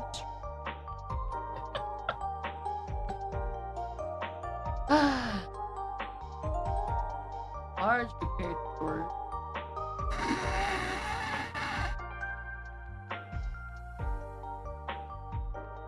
That's what she said. That's what she said. She said. I am the most mature person in the room. Well, I'm not. Sit down over there.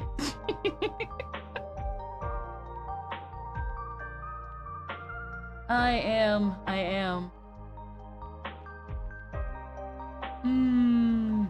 Oh, I'm not. Sit down over there.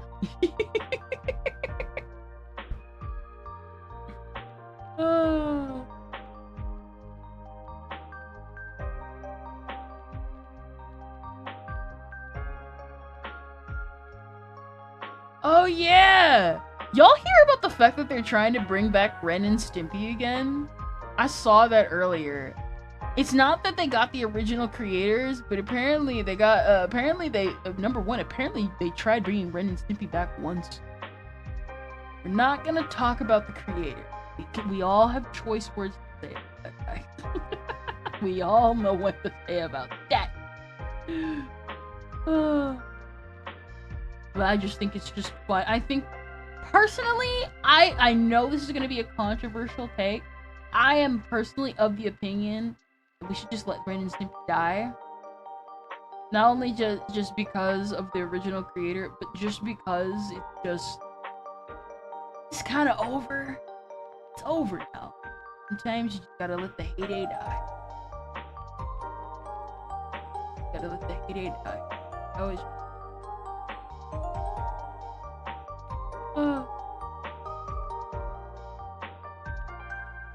Then people started comparing it to Hot Diggity Demon's animation.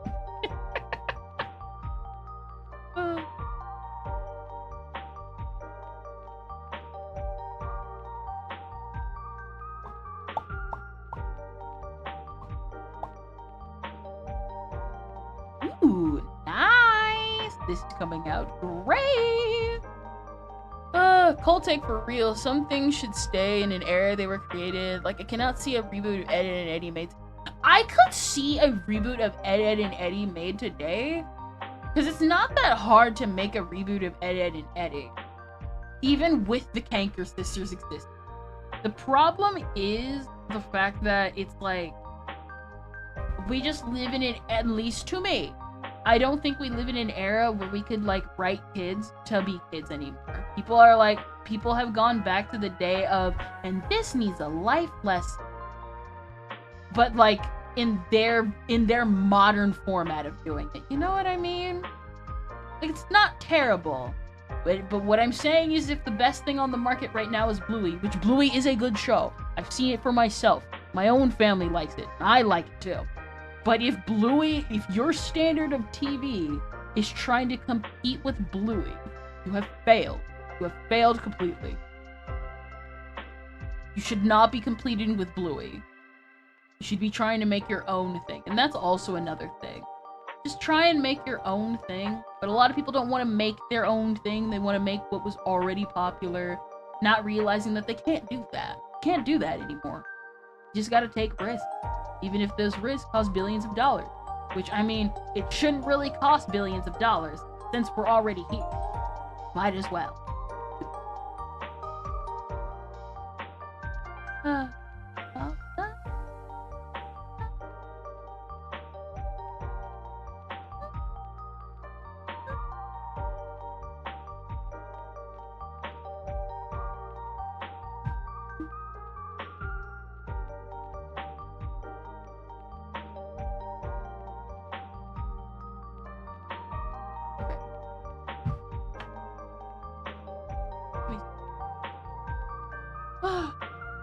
Almost impossible to catch lightning in a bottle of wine.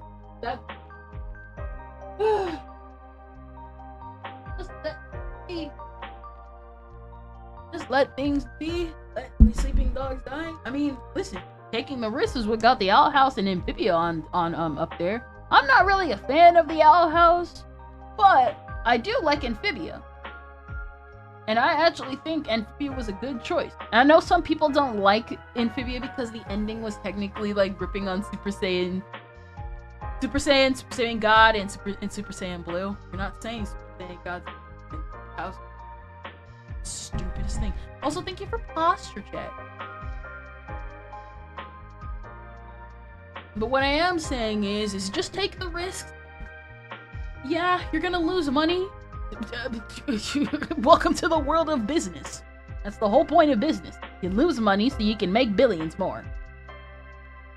Problem is, you're still spending trillions upon trillions of dollars on stuff that does not deserve trillions upon trillions of dollars. And I ain't even talking about the crappy stuff that people consider woke.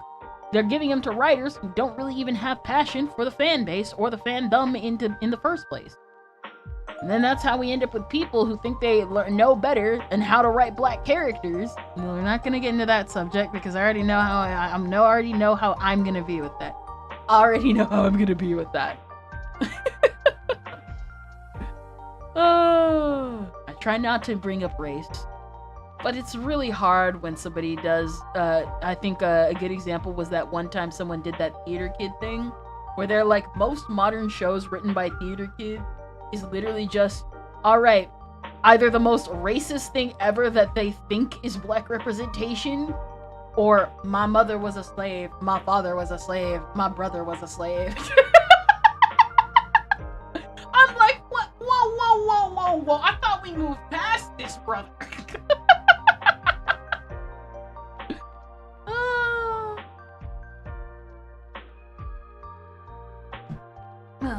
Cowgirl made milk cap. What the heck? What is Steam recommending me? What the heck? Hey, it's almost what was. Hey Kinder, what do you think of the image of the V&V Discord? We're going to post it because we all jumped off after the session ended. Let me see.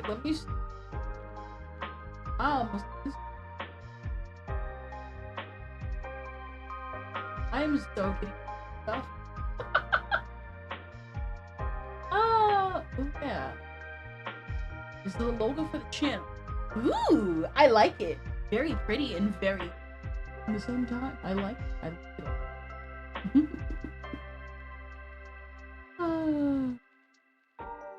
Was it cop killed?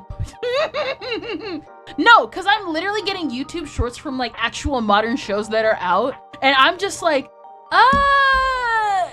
again, it's like the whole thing with Rings of Power. The hobbits were homely, not homeless. Why did you make these specific characters of a specific orientation look like that? It looks really weird.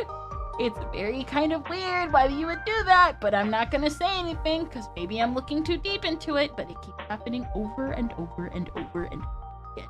And at that point, I'm just like, yeah. Like, I'm not, like, you guys know me. I try to avoid it. It doesn't sound like I try to avoid it. Because I'm like I actually don't really talk about racism and stuff a lot on purpose. Because there's a lot of dumb people out there that like to fight for no reason. Not the people fighting racism. The people that want to fight other black people or other races who want to comment on it. And then we get stuff where people just are like, I'm the loudest person in the room. But what I am saying is I think it's really weird how people do crap like that. And then just Hollywood in general with it. Just weird how they do it. Always make it weird. Always make it weird, bro.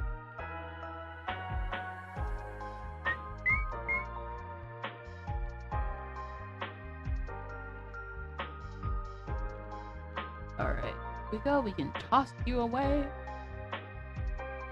We can bring you back. There you go. My heart. You. La la la la la la la la.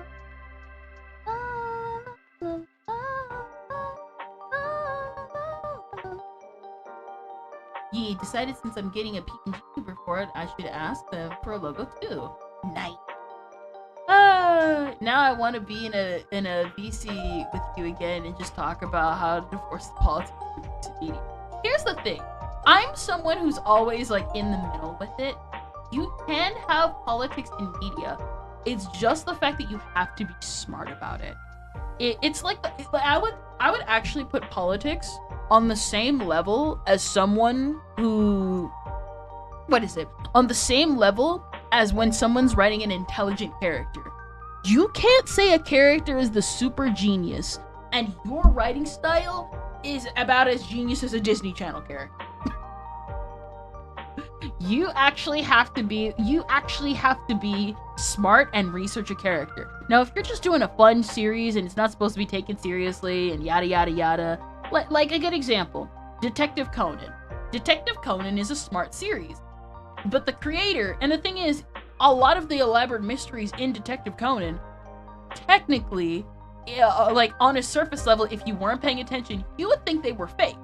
And they could, and if they were fake, they'd be surfaceable. But no, the creator has gone out of his way to test every method of murder in Detective Conan to make it as accurate and real and funny as possible. Because it's like, what do you mean if I pour a thing of salt on the table and lean this glass cup at a specific degree angle and then shut the door hard enough, it could create a fake murder scene? Like, staging stuff like that is smart. Like, you don't have to be smart, but it's really, really freaking cool when you do go out of your way to do that. Same thing with politics.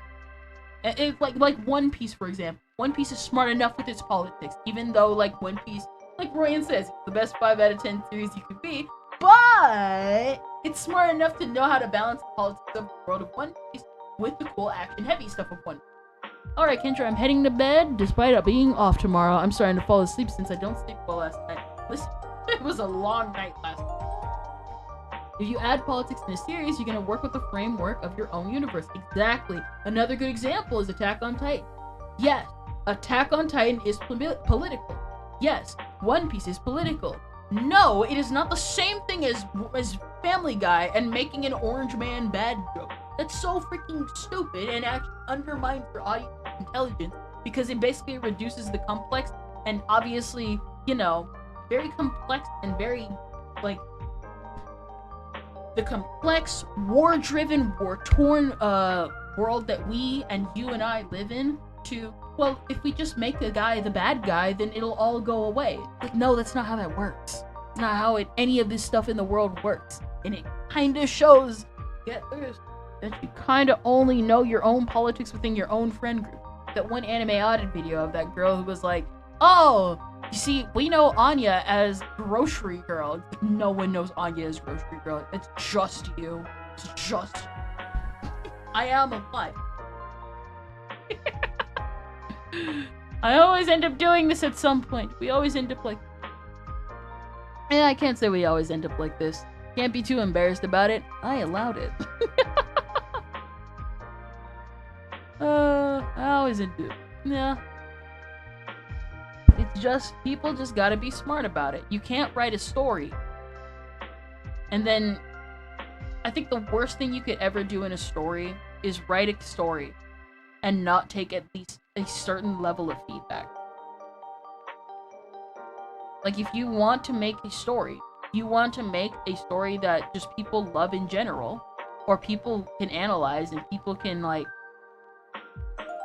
just always agree, always try to enjoy, then just do it. But the problem is you're so captured with wanting to be famous. And that's the worst part. I think a good example of what I'm talking about is I remember Mizu Dama and was it Mizu Dama and Atari were talking about, like, you know, like, on the topic of Lord of the Rings, is they were talking about one article that was trying to analyze the orcs, and they're like, well, we have to infer that the orcs are racist because they represent, like, black people. And it's like, no, that's like the worst takeaway you could do with a story, because you're just imposing something you believe. We're not going to get too deep into it, and I already know you're typing yourself right now. And it's like, no, you got to be smart about it. If you believe it is that way, what are you going to do? How are you going to talk about it? How are you going to analyze it? If that is your takeaway from it, why is that your takeaway? You can't just say it because you heard someone else say it. You have to infer just because, or use more example content with the author. A good example. Let's be real here. We all know Dr. Seuss at one point was very racist. We all know that the author of Charlie and the Chocolate Factory, Roald Dahl, was also very racist. Down the line into their history, they loosened up, but at the same time, that was also their time period. Everybody was racist. But they still went out of their way, including not politics. They went out of their way to include as fun and joy and everything. Analyze the text in the time period for why they would add those things. You just dismiss it completely just because. Dude, that's why I like the fact that people fought for those books, even though they're children's books, to at least have a separate version, to be just, hey, these things existed. Stop trying to sugarcoat it from these people that, hey, if you genuinely believe they're terrible people, you should highlight the fact that they did instead terrible things. That's what I like about art, because there are authors and artists and stuff out there that I love. I love stuff like Penguin Drum. I will never be able to divorce the fact that one of my favorite characters in Penguin Drum was voiced by a pedophile, because unfortunately, that's what happened at one point, and he was one of my favorites too. It's stuff like that, but can I still divorce it from the work? Yeah, because at the same time, I can acknowledge that happening, and at the same time, I can also acknowledge that, guess what? Life is not sunshine and rainbows. He was still a good actor. He's also a pedophile. Oh, I don't know how we got all the way down here. Oh, I guess I was using examples, and then by the end, it was like, hey, the world is a vampire. I'm having a stroke, or is your mic doing funny things? I am having a stroke and doing funny things.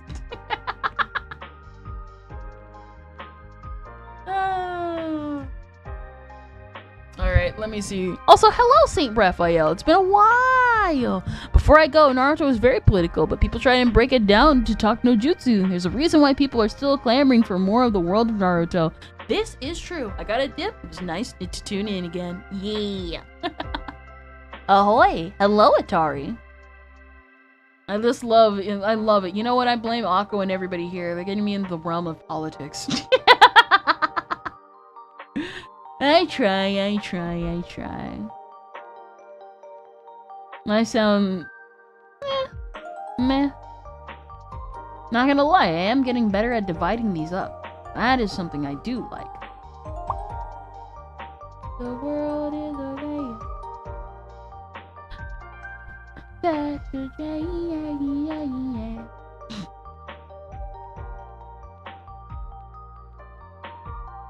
there you go.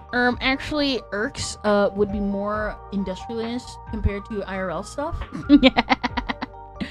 Hello, Atari, you bottom. Of course, Arden. Arden, stop calling the kettle black. Let's see. Huh?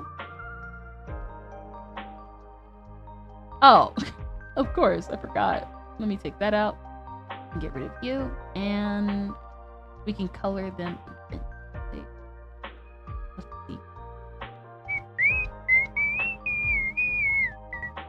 Every once in, I don't know why, but recently I started remembering Little Karibo's stuff, and one of them was like the Merrick versus Bakura Let's Play with that one vampire game. And now I just keep remembering that one guy who just, like, in the intro of all of them, was like, the world is a vampire. It's really badly sung, but I loved it.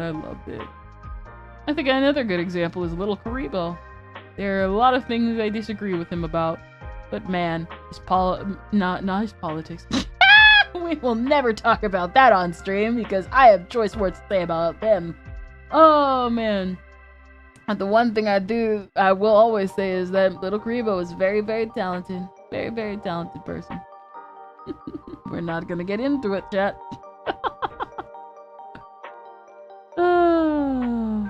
Gabby can't stop me. What are you all doing over there? Ladies, come down. You're all bottoms. Yes, Dirtbox is correct.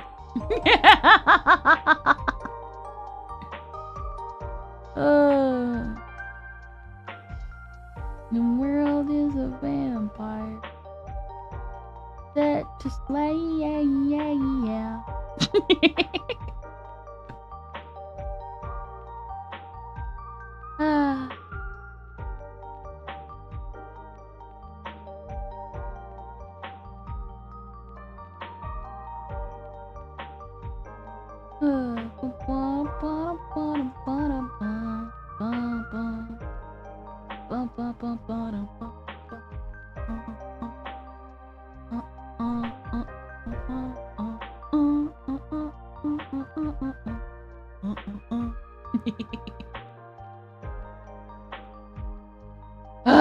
Finally! Alright, I am actually so happy about this. I have been dreading this, and I've been putting it off. Well, not putting it off, but putting it off for a while.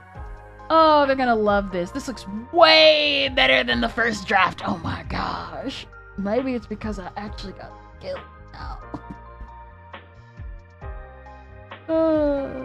Let's see. Alright, here's the silver pieces. So it's still a little work in progress, but it's better than nothing.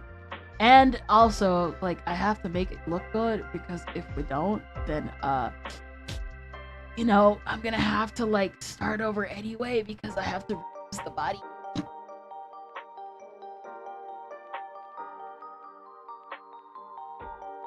There you go. Alright, we're going to drag and dredge up you, and here we go. We're gonna have to drag and dredge up some of you. Some of these stuff will be remade, others not so much. Alright, we'll head and tie. We remove the tie because the tie has already been fixed. We'll deal with the head and stuff at a later date. What's back still?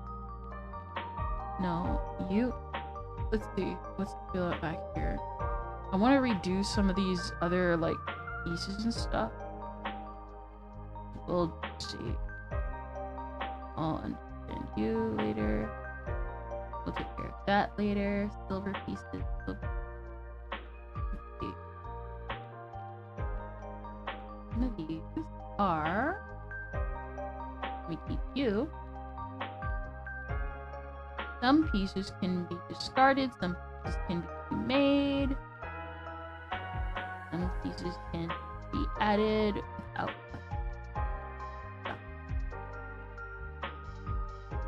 There you go. Yes. Alright. Alright. And then we can change the button colors to a lighter silver. A brighter, lighter silver. Alright.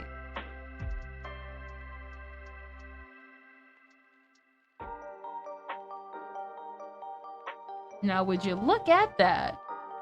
Looking better already. Ah, yeah! Now, would you like, look at this, chat. What would you say to this? What would you say to this? Why are you... It looks gorgeous, Kendra. Thank you. And thank Panini. And you can thank Dama. I am so happy. I need to keep improving my art.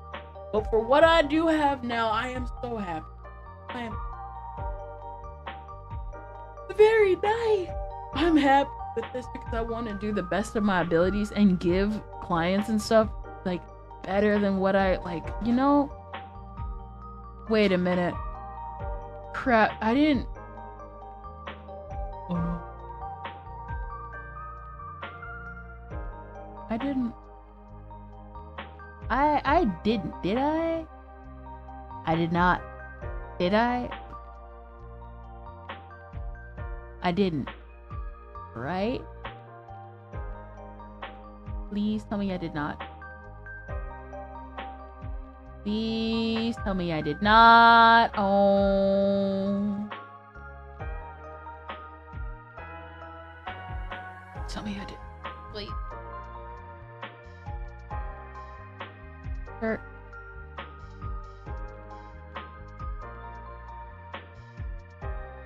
Please tell me I didn't.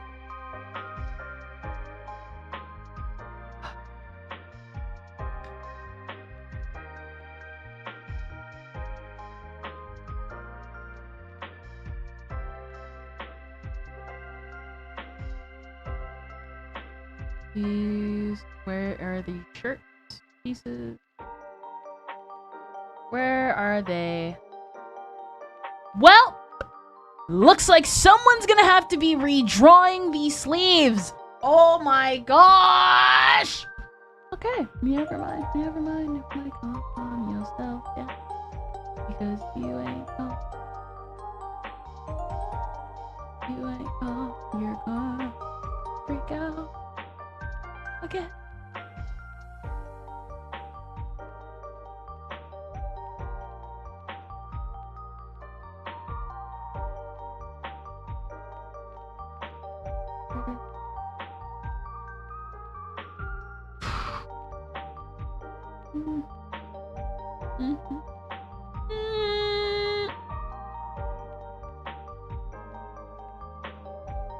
Please tell me I just tucked it away somewhere. Please.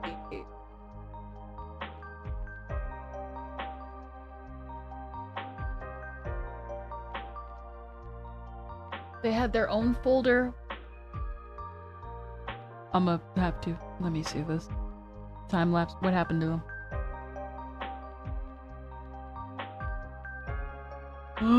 For your failure, I shall be free.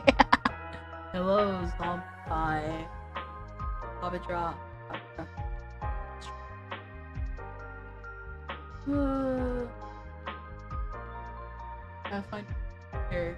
I will.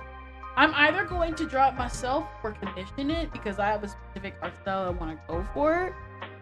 It's just that I know, like, for like stuff like this commission and stuff like that, yeah, I wanted it to be kind of like they wanted. So it depends. Snatchable waist. Oh no, I've made that joke several times for myself about this model.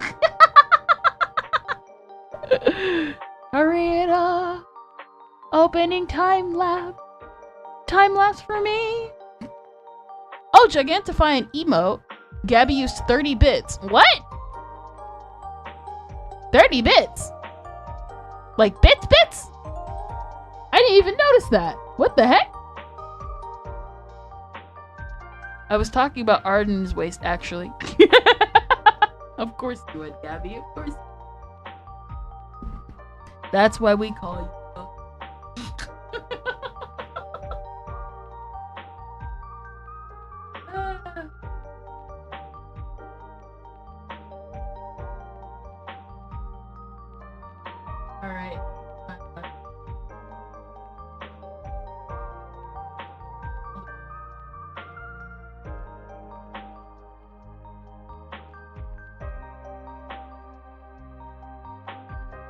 Alright, let's see. What happened to the sleeves? What happened to the new sleeves? No, what happened to the new sleeves? I pulled them out. Okay, what happened to the old sleeves and why are they gone? I remember pulling them out and putting them on top. If I deleted them, I'm going to want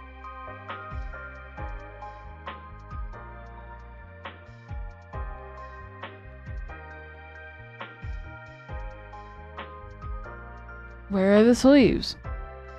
I pulled them out sometime after this. So I colored these sleeves. Now where's the cuffs? Where's the cuffs? Where are the cuffs? Where are the cuffs? Please give me the cuffs, bro. I think I deleted the cuffs. They ain't showing up. That's where this. I deleted the cuffs. Also, I did see that.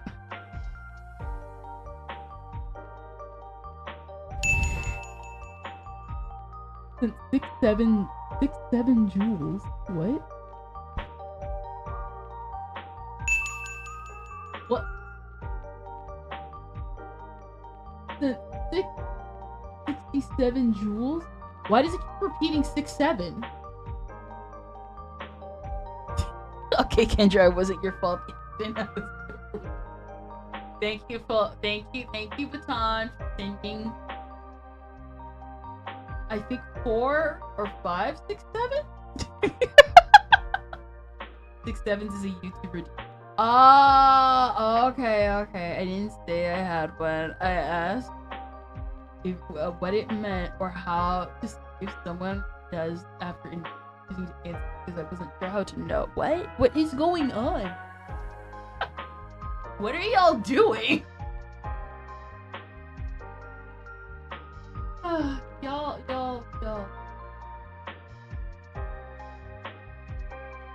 So it's like 6 7 an emote and okay, so 6 7's an emote. So it's not like okay. I didn't want to like falsely like not falsely say that, but I thought it was like a kick redeem and I was like, wait. But to be fair though, thank you for still sending them. They're attempting to bully me. Well, it is deserved. Alright. Snatched waist. Very good t-shirt so far. I think I'm gonna send them more when it's more shaded than like just send them the top of only it being shaded. Love the head, by the way. It looks mega squished. Alright, let's see. Right around.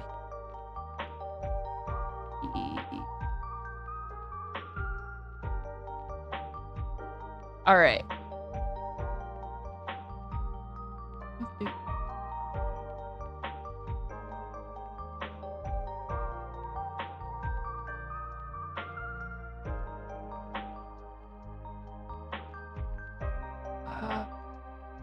Pull the head back.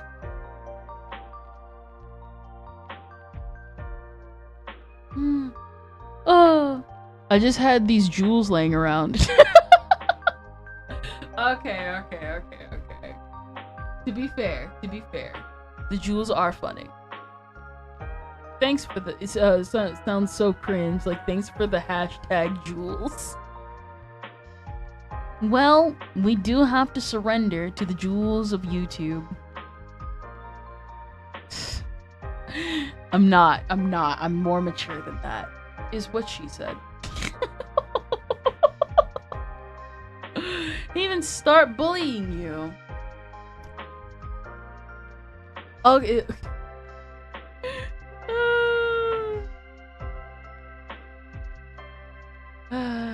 Y'all are so funny.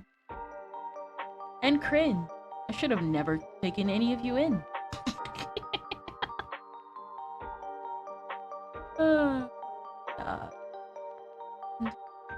Nice talking.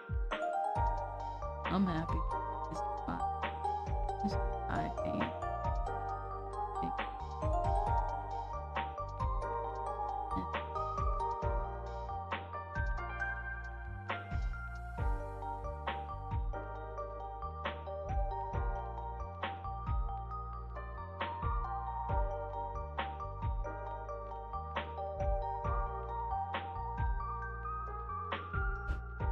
There you go. I think this is good. I think that's good. It's a little big, but I think the rigger can make it work.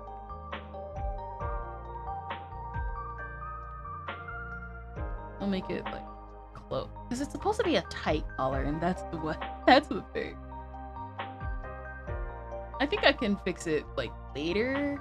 I'll fix it to be like more closer around the neck and stuff.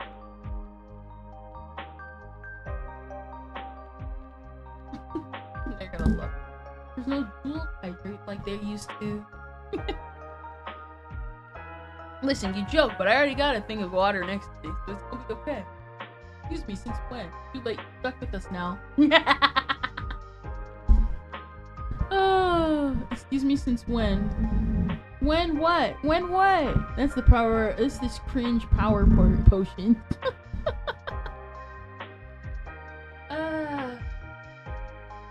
Try and like get on stock stuff. Not actually happened a long time.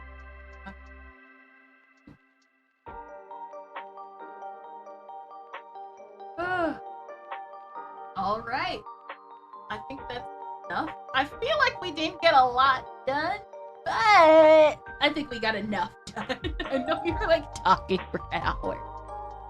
What I was hoping to do was to get the shirt and the hair done, but we ended up just mostly separating and coloring and everything, which,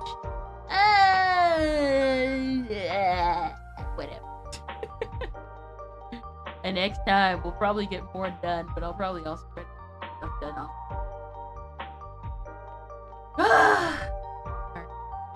There you go. Alright guys, how do you feel? How do you feel? Every single time together we talk about I'm only like this on art streams when I'm with you guys. This is why I avoid.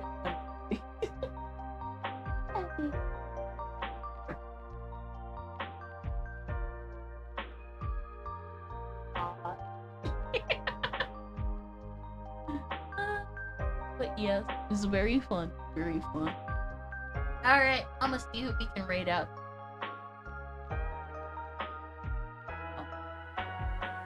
Oh!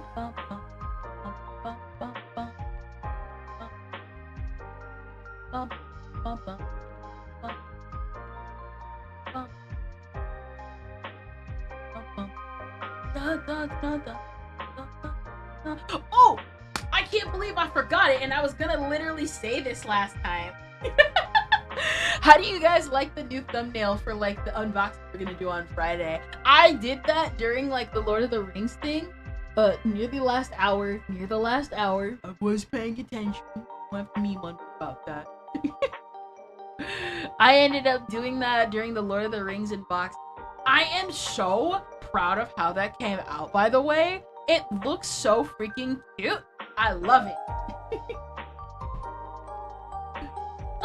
That's gonna be the permanent unboxed logo. What I'm trying to do is I'm trying to not phase out, but phase out a lot of the older logos, because I know I can like draw better now. And so I've been like just kind of making new logos for everything. The one I'm struggling with is the Just Chatting and the Let's Draw, Let's Chat logos, because I want them to be the same. I want them to be different. So I'm thinking about it. I'm thinking about making them homogenous, different. You know what I mean? That way you guys like have it still without like too changed and stuff. But at the same time, sometimes you just gotta give it up. Gotta give it up. Gotta let it go. Gotta turn around and fall around. That's your failed Rickroll of the evening, guys. Thank you all for coming to the station. I shall see you all on the Kendrillion. Out. Trying to phase out the old logos. Phase. I win, bro. I'll see you next time. Really. Out. Get some food and get some water, everybody.